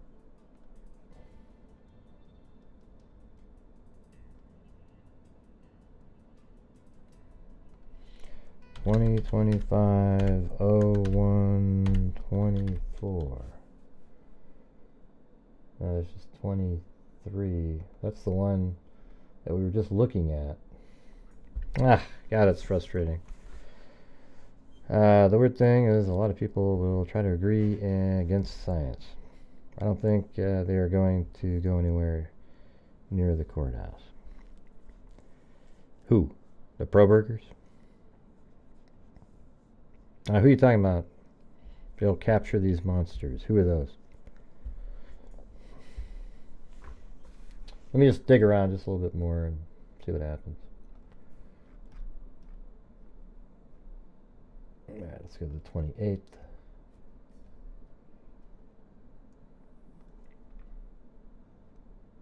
Nope, not there.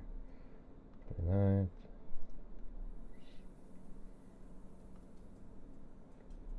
No. 30th. Well, maybe I'll just do like a MP, like do a star.mp4 and then look around, because they should be in order. Have you guys ever used the wildcards when you're searching on your computer? So just realize, if you just know that there's a word in there, you can go like star, you know, Taylor star dot mp4, and it'll just look anywhere inside for the word Taylor or something. Alright, let's see. So that was 310. These look pretty recent.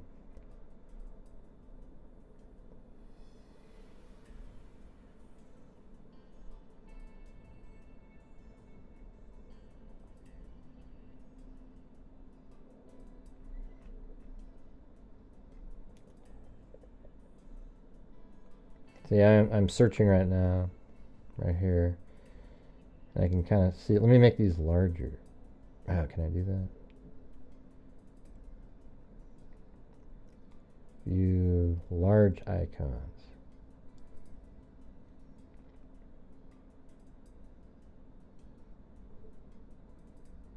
Oh yeah, that was before I went on my trip.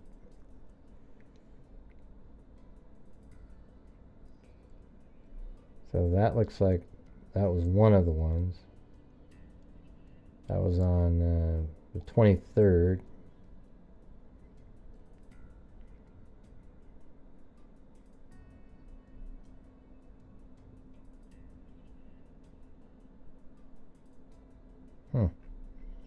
Yeah, don't see it. Wait, there, something like that. Okay, State versus Koberger. Okay, there it is. There's a part 1, part 2.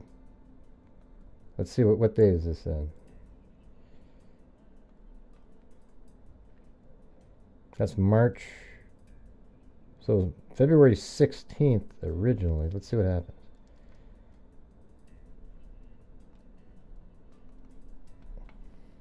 Maybe it's in this one. We'll get it. All right. Your Honor, the purpose we're here for today is to offer you a preliminary showing of why we should have a Frank's hearings.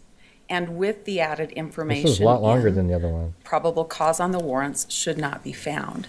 Your Honor, and I will not repeat that for the first time ever, Brian Koberger's name came up in the court own policy, keeping no records, databases that they should stand. That's the DNA We part. don't know this name. We heard it for the first time now, and we Right. only know It's a it tip. because we violated our own policy. I think the court's it's a policy, heard not a a little law. bit about that, and if the court has some You know, of CeCe Moore was on Fox News and did it's like a nice little 10-minute interview. She really got into it, really clearly explained this whole thing. the initial exhibits, the court will know, and I'm that gets anything related to Mr. Koberger is, I refer to it as AT&T. This person stated she went to sleep. On the 911 was called in the afternoon of November 13th, 2022. And she was sure, I'm at Defendant's Exhibit 8A, page 281, lines 4 through 10, when this witness was sure that she heard this particular victim go down the stairs, go up the stairs, and then come running back down the stairs. That's at page 313, D8C, because they know that fact is wrong, but they don't tell the magistrate that. They also don't tell the magistrate that this witness has claimed memory problems, that she had had too much to drink and ability, and sets this whole thing into motion. The magistrate that that's an impossible card, that their expert can't make an identification off that. They don't tell the magistrate that this is pieced together from various other videos throughout This looks like the that's area. similar to the other one. That's withheld from the magistrate. That's important information when you tell a magistrate, we found this car doing this thing, and we know what it is. It's around this particular area. They won't though, Matthew. That's the thing. There are several submissions. And they're told that the whole PCA is false, so they don't read it. That's when Ann Taylor's done such a poor job of disputing anything on there.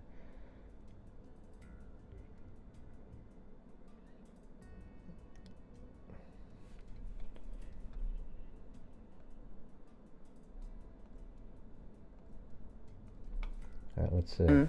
the FBI IML says I can make a car identification. The issue with that's not all. The identification was most comfortably from that. Let the magistrate believe that they have a clear view of this car making this loop, and that's just not what happened. It's pieced together, mislead the Elantra, and that's what they're looking for, and they don't tell the magistrate that's what they're looking for. They mislead the magistrate and let the magistrate believe they've got this time. But they also have this video, this trail, that they've picked out a time that something probably happened here. And they don't tell the magistrate that this dog that's barking continues on long after the car they're in about that either. This is from earlier, same one, but it looks like a longer video. 2 random traffic stops, Washington State. He didn't on this false investigation, missing piece of IGG. Because even though Department of Justice policy don't find it unconstitutional, it's a separate analysis, and that you're going to hide what you do, and that doesn't matter either. There's not a lot to rely on. If law enforcement came to the magistrate, all right, Your Honor, the purpose we're here for today is to offer you his opinions haven't changed. There is a lot of context there, and one thing with no context around it, when there's this other context that really matters, when she wasn't told about unknown male D, blood on a glove right outside the residence. Ah, man, I can't find that. She wasn't given a chance where the to hell ask is it, any of man? those Somebody questions. tell me where it is. She didn't know that That's frustrating. Brian's car. It's usually just sitting right there. It's probably in there somewhere, but it's just like she says it kind of quick. Because I don't see it anywhere else.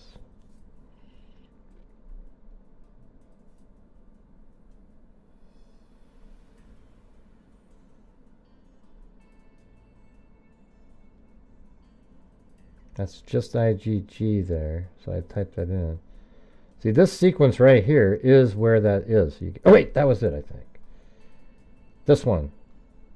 I didn't realize it didn't have the same picture that says court will begin soon. Hold on. This might be it. This might be it. Hold on. Come on. This is only 8 minutes, though, so I don't know. Oh, that's the closed... Ah, what a... God, shit, hold on. What did she say? Sharing it is the purpose of providing it to the database. That's... I don't know if that's it. Talks about Mr. Koberger's phone using a tower that provides service to 1122 King on a number of occasions. The asked to draft report shops, places that one eats, that Mr. Koberger wasn't around that residence, wasn't parked near the residence, didn't stop and have his phone in a stationary position at that residence. They absolutely knew that that's not what was happening, but they put it in there to make a connection that didn't exist. They put it in there and information withheld from the magistrate here. That seems But kind of then the related. warrants just rely on one another. There are other things to add into later warrants. What am I as looking at, well. Lisa? And so I want to go through some of those other things with you. I don't know what that means. I don't have a 3:25 a.m. I don't know what I that do means. want to comment That doesn't make any on sense. the affidavits being used by a variety of officers. I understand the collective knowledge doctrine, but that's not what is going on here. You have an affidavit that... Are you talking about in that larger one? So IGG day 1 at 8:05. Okay, let me go look. So just IGG. I've got that right here. Position is that the... Your Honor, our I mean, I could go on the internet and find where somebody else had it and look it up, but I didn't do it. You know, where you can look at the transcript. Violation of Mr. Koberger's rights. I don't know how he cannot... How is it in violation of his rights? Excuse me? How is it in violation of his rights? Well, Your Honor, he's been in custody You're for saying 2 that years. I understand. It's not going to be there at 8:05, you guys. It's not going to be there. And there's nothing at 3:25 because we don't... It's not that long. So what are you referring to? It's not in there. I'm at 8:05. It's not there. And your position, which frankly is not well supported in the law, that... That's 8:05 right there. Can you just send me the link to where you found it, Plato? To my email? I'm sure it's on somebody uploaded the video. And hey, thanks Sandy Shirley for the coffee. I don't need a clip. I just need somebody to send me a link.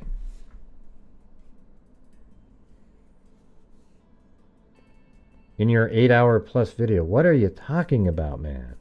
I don't have an 8-hour plus video. I know what you're talking about. You mean like a live stream that we did that one day that was like 8 hours, that one? Where we just sat around waiting for them to get through their... okay. I think there was that time where we were just waiting because they were private, you know, off camera, and then we had to wait. Okay, well, you have to just send me a link with the time code in the link. It's pretty simple to do, so see if you got it.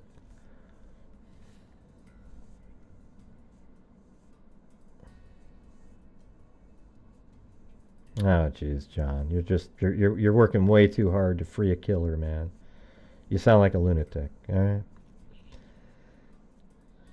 right. You can't post links in the chat. You have to email me the link, and it's right here. Send me an email that says grayuse2@gmail.com, just like that.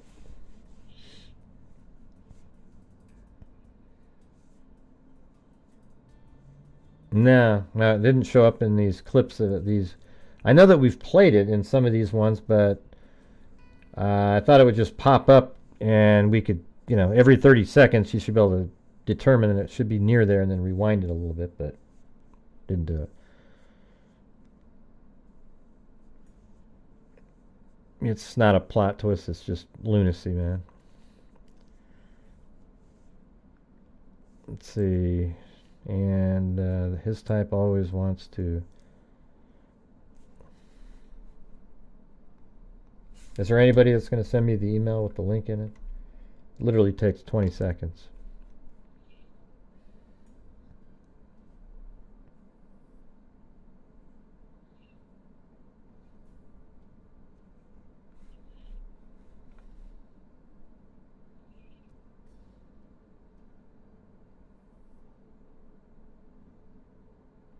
It's not a good theory, Jack. It's terrible. Don't try to, like, you know. Hello? Where is it? So, Plato, when you say it's 8:05, where is it? What video are you referring to? Can't you just send me the link? I don't get it, man. It's so easy to do, but nobody's doing it. I always do, Pixel. What are you talking about? You sound like a troll, though. You probably got a free membership. Let's see. Jack Johnstone, the sheath wasn't... Yeah, I think it's ludicrous that people go, great, it's right here, it's over here. And then nobody takes the time to send a link to just give it to me because I don't know what video or what the hell they're talking about. It's very, very simple to do. Okay, so it does get frustrating, Pixel. Now, if you want to complain, just see yourself to the door. See you later. I remember she says my client wasn't at the crime house and... Okay. You sent it, but I don't have it, so... It's right here. It's grayhuze2@gmail.com. There. All right, maybe that's it. Let's see.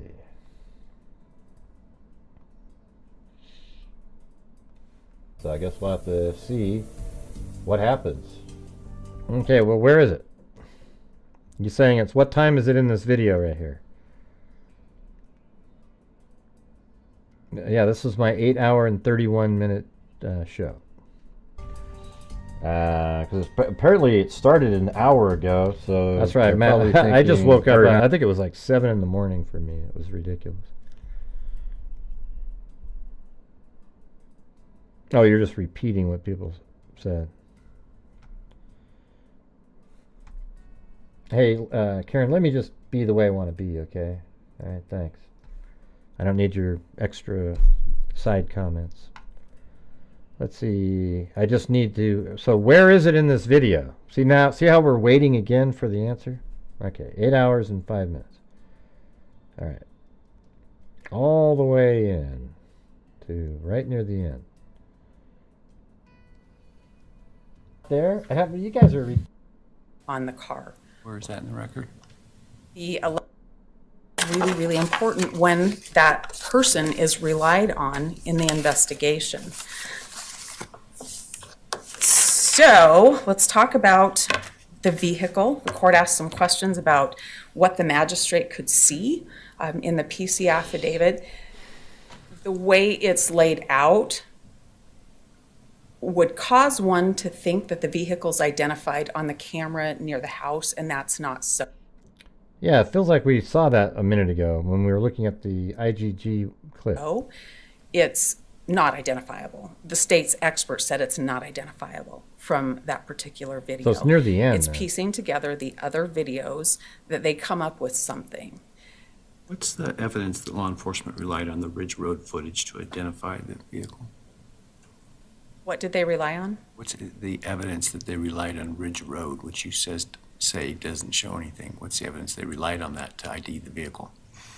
They relied on the Ridge Road camera, and you can see that in the emails from IMO and the other law enforcement officers when they say they have Paradise Creek Road, and then they say we finally got a good one, and it produced to us is the 1125 Ridge Road footage and photograph, and that's the only one that you can make a positive ID. She says it right there. See that? Right there. She says, hey, thanks for finding that for me. But see right there how it's right there. She says that's the only one that you make a positive ID. Isn't that crazy, you guys? It's right there. I mean, she's an idiot, okay? So now you have the Proburgers out there thinking that he's over at Wawawe Park stargazing. But now his vehicle is at 329, is spotted right there. All right? It's crazy. What was funny? Oh, what they just said? Okay. Yeah, I mean, she just got busted herself. All right, so let me see if I can. I think I should be able to find it now in my own clip, because that is. It should be right up here at the one that said IGG. Oh, I think I just put it into this folder, right? IGG. Hold on. IGG star. That's not going to work. Star IGG. Okay, there it is. Just IGG. All right, and this should be near the end, and right before. Your Honor, our position is that the court, in that circumstance, the FBI worked with the trash collector. The prosecutor talked to you about, well, this is a tip. This is just a. I would remind the court, I'm sure the court, based on advisement, to accept. They didn't want. As the U.S. Supreme Court setting, and so they try. I think it's right before this. This DNA. They're trying policy evidence. We're talking about people sharing it, not just with our.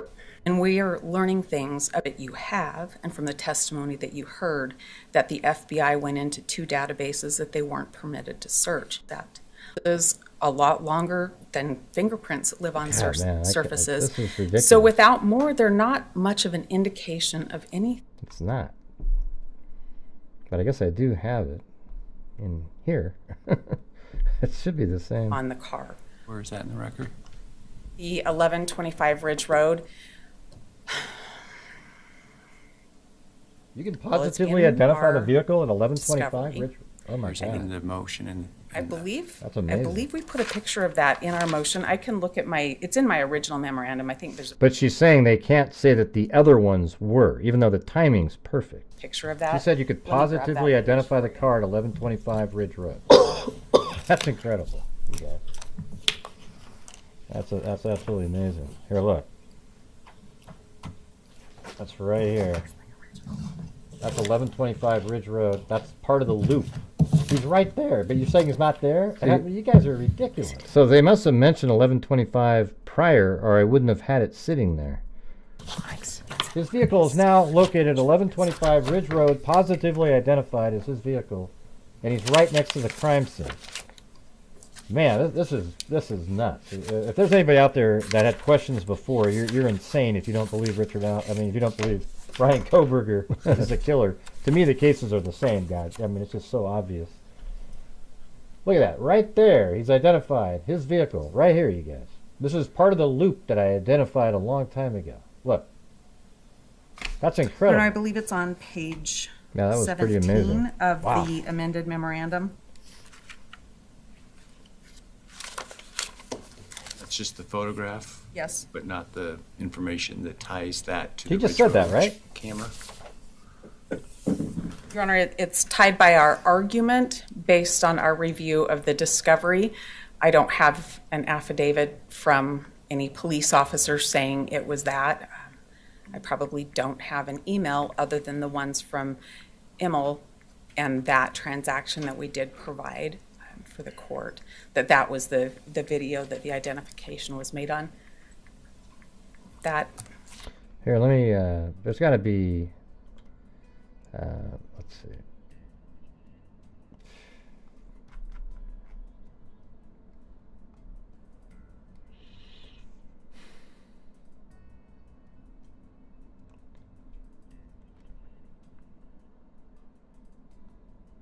All right, so there's the whole transcript. Now, are they going to type in 1125? Okay, there's one. That's 740. See that? See, that's earlier. I knew it. That's why I already had a pin on it. Video, because, and specifically we're talking about 1125 Ridge Road, because they say, well, that can't be surveillance video of the white Elantra, even though it was caught on video about 0.3 miles from the crime scene, about 3 minutes right before. Yeah. That's where we wrote it down because of what she's saying right here. It's crazy. Or when we see the suspect vehicle enter the area of the crime scene, which 0.3 and 3 minutes appear to be the amount of time it would take the vehicle to travel to the area of the crime scene. I forgot that it had all these windows. They say, open. well, that can't be the right video. It's kind of cool looking. Because if it were, then the surveillance right up the street would have also caught this video. But we know that's not true. And that's been submitted to this court. That's my path, you guys. It matched my. They have Paradise Creek Road, and then they say we finally got a good one, and it produced to us is the 1125 Ridge Road footage and photograph, and that's the only one that you can make a positive ID on the car. Where is that in the record? The 1125 Ridge Road. You can positively identify the vehicle at 1125. It produced to us is the 1125 Ridge Road footage and photograph, and that's the only one that you can make a positive ID on the car. Where is that in the record? The 1125 Ridge Road. Thanks everybody for helping get it. You can positively in identify our the vehicle. And I wasn't talking to discovery. you, Plato, up there. I was talking about the person who had the right time. In case you thought I was talking to you, I don't even know who the hell. It's just these times are coming up. Oh my god! In the motion and I believe. That's amazing. I believe we put a picture of that in our motion. I can look at my. It's in my original memorandum. I think there's a picture of that. She said you could Let me grab that positively identify the car at 1125 Ridge Road. That's incredible, you guys. That's absolutely amazing. Here, look. That's right here. That's 1125 Ridge Road. That's part of the loop. He's right there, but you're saying he's not there? You guys are ridiculous. His vehicle is now located at 1125 Ridge Road, positively identified as his vehicle, and he's right next to the crime. There's another time where she mentions the time. Man, this is nuts. There's a time where, I mean, and somewhere else she mentioned what time frame it was too. That it was like 3:29. And it's absolutely perfect. It drives by right there. And I don't know where that is. But I know she said that. So, anyways, there you go. We did it. I don't know where it is in my clip, but it's somewhere out there.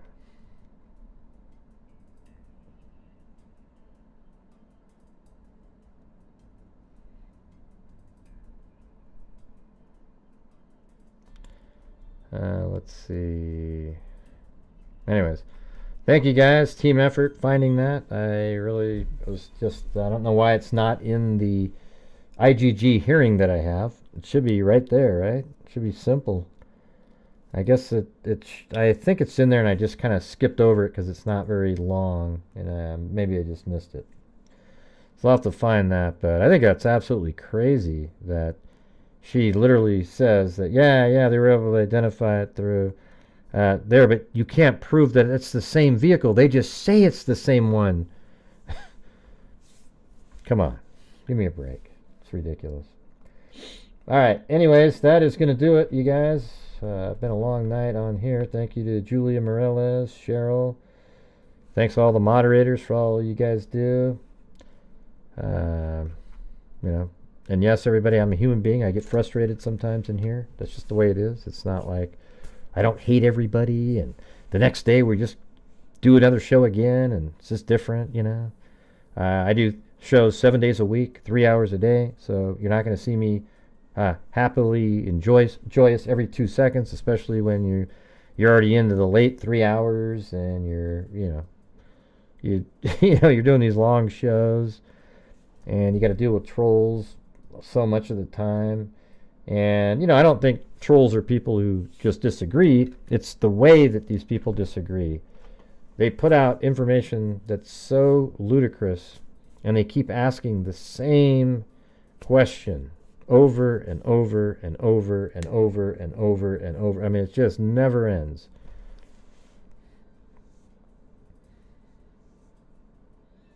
And after a while, it starts grating away at your soul. Okay. Yeah. Man, thanks, everybody. I think it was a cool show. And now we're starting to build up on our new scholarship fund. And Plato and Zozo, they're the ones that review all of the submissions, etc. And if you are somebody that watches the channel and you have a kid that's in the criminal justice world, they can apply. We just can't know that they're applying. Okay? Like, we don't want to know, hey, my son applied, we will be disqualified. Okay? We're just doing it for, it's got to be random. I don't want it to be sort of inside baseball. These are people all around the country that are trying to get into these programs. But if you're somebody out there that has a kid that's trying to get in, just have them submit if they're in the criminal justice arena. And there you go. That's it.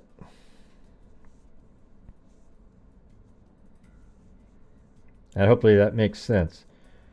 Gosh, Gray, you should give it to your subs. No, that's not what it's about. It's just about helping people all around out there. There's people in poor communities that just need some help.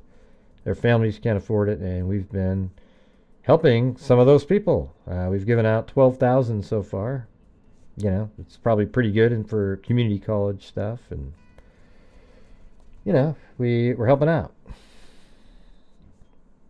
So anyways, thanks to Cheryl for getting the membership, KT Santos, K-Me, Richard Watts, Kim Berger, Lanky Tor, 62 months, then Kitty Cat, then Alley Cake, then Kitty Cat, a new member, then GSU PM, then Lanky Tor, then GSU PM again, then Kim Berger, then Kitty Cat, then Joel Burnt, then GSU PM, then Kim Berger, then Kitty Cat, then Lanky Tor Gifted 5, then Truth Sleuth 58 months, then Linda House 63 months. That's probably the longest one that we've got.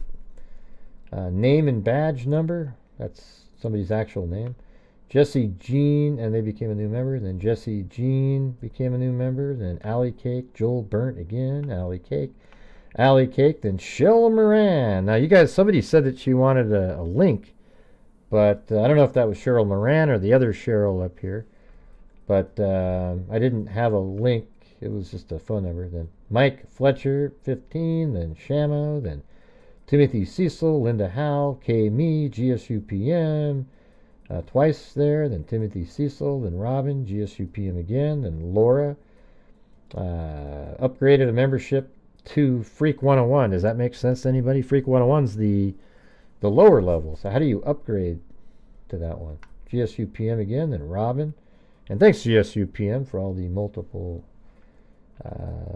super chats there. Then Robin, Buckshot, Mark Ferris. Then I gifted 5 memberships. Then Sissy became a new member. Then SS Psyops. Then we also had, and thanks Shay Stevenson for sending that link. Then we had Sandy with Buy Me a Coffee, Justin with Buy Me a Coffee, Dana Buy Me a Coffee, and then Joshua with a Venmo. All right, I think I got everybody.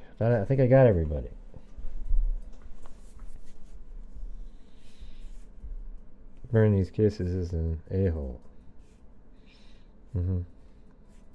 Well, I mean, when you say upbeat, I mean, I think they're interesting. I'm not sure. How do you want us to be, Jesse Jean?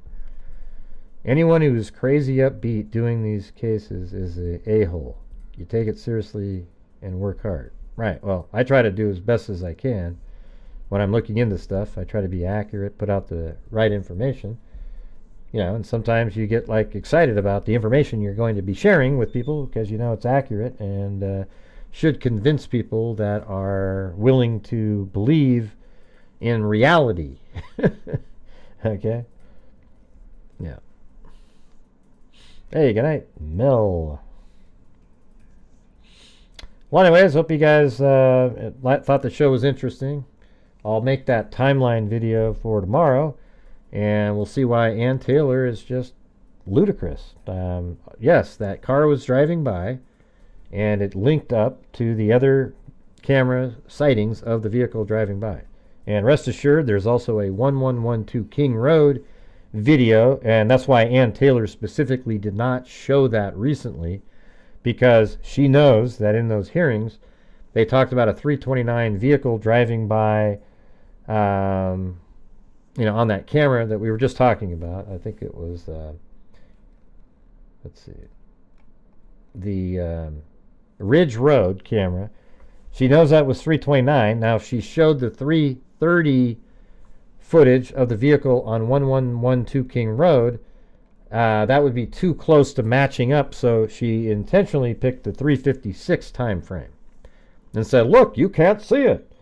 Okay, but that vehicle is seen 3 times after that. Look at this. Right here, 329. Then it's seen right over here at 329, 49 seconds.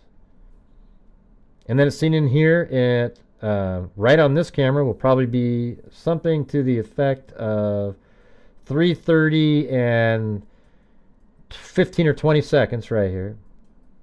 And then you're going to see it back here at 3:31 on this camera. 3:31, 3:30:15, 3:29:49, 3:29 right here, 3:28 right there, 3:26 right there. I mean, it couldn't be clear. It's absolutely perfect timing, etc. All right, I just did it backwards just then. All right, everybody. Thank you all very much for watching. We'll see you guys tomorrow. And as I always say, until next time, be safe out there, freaks.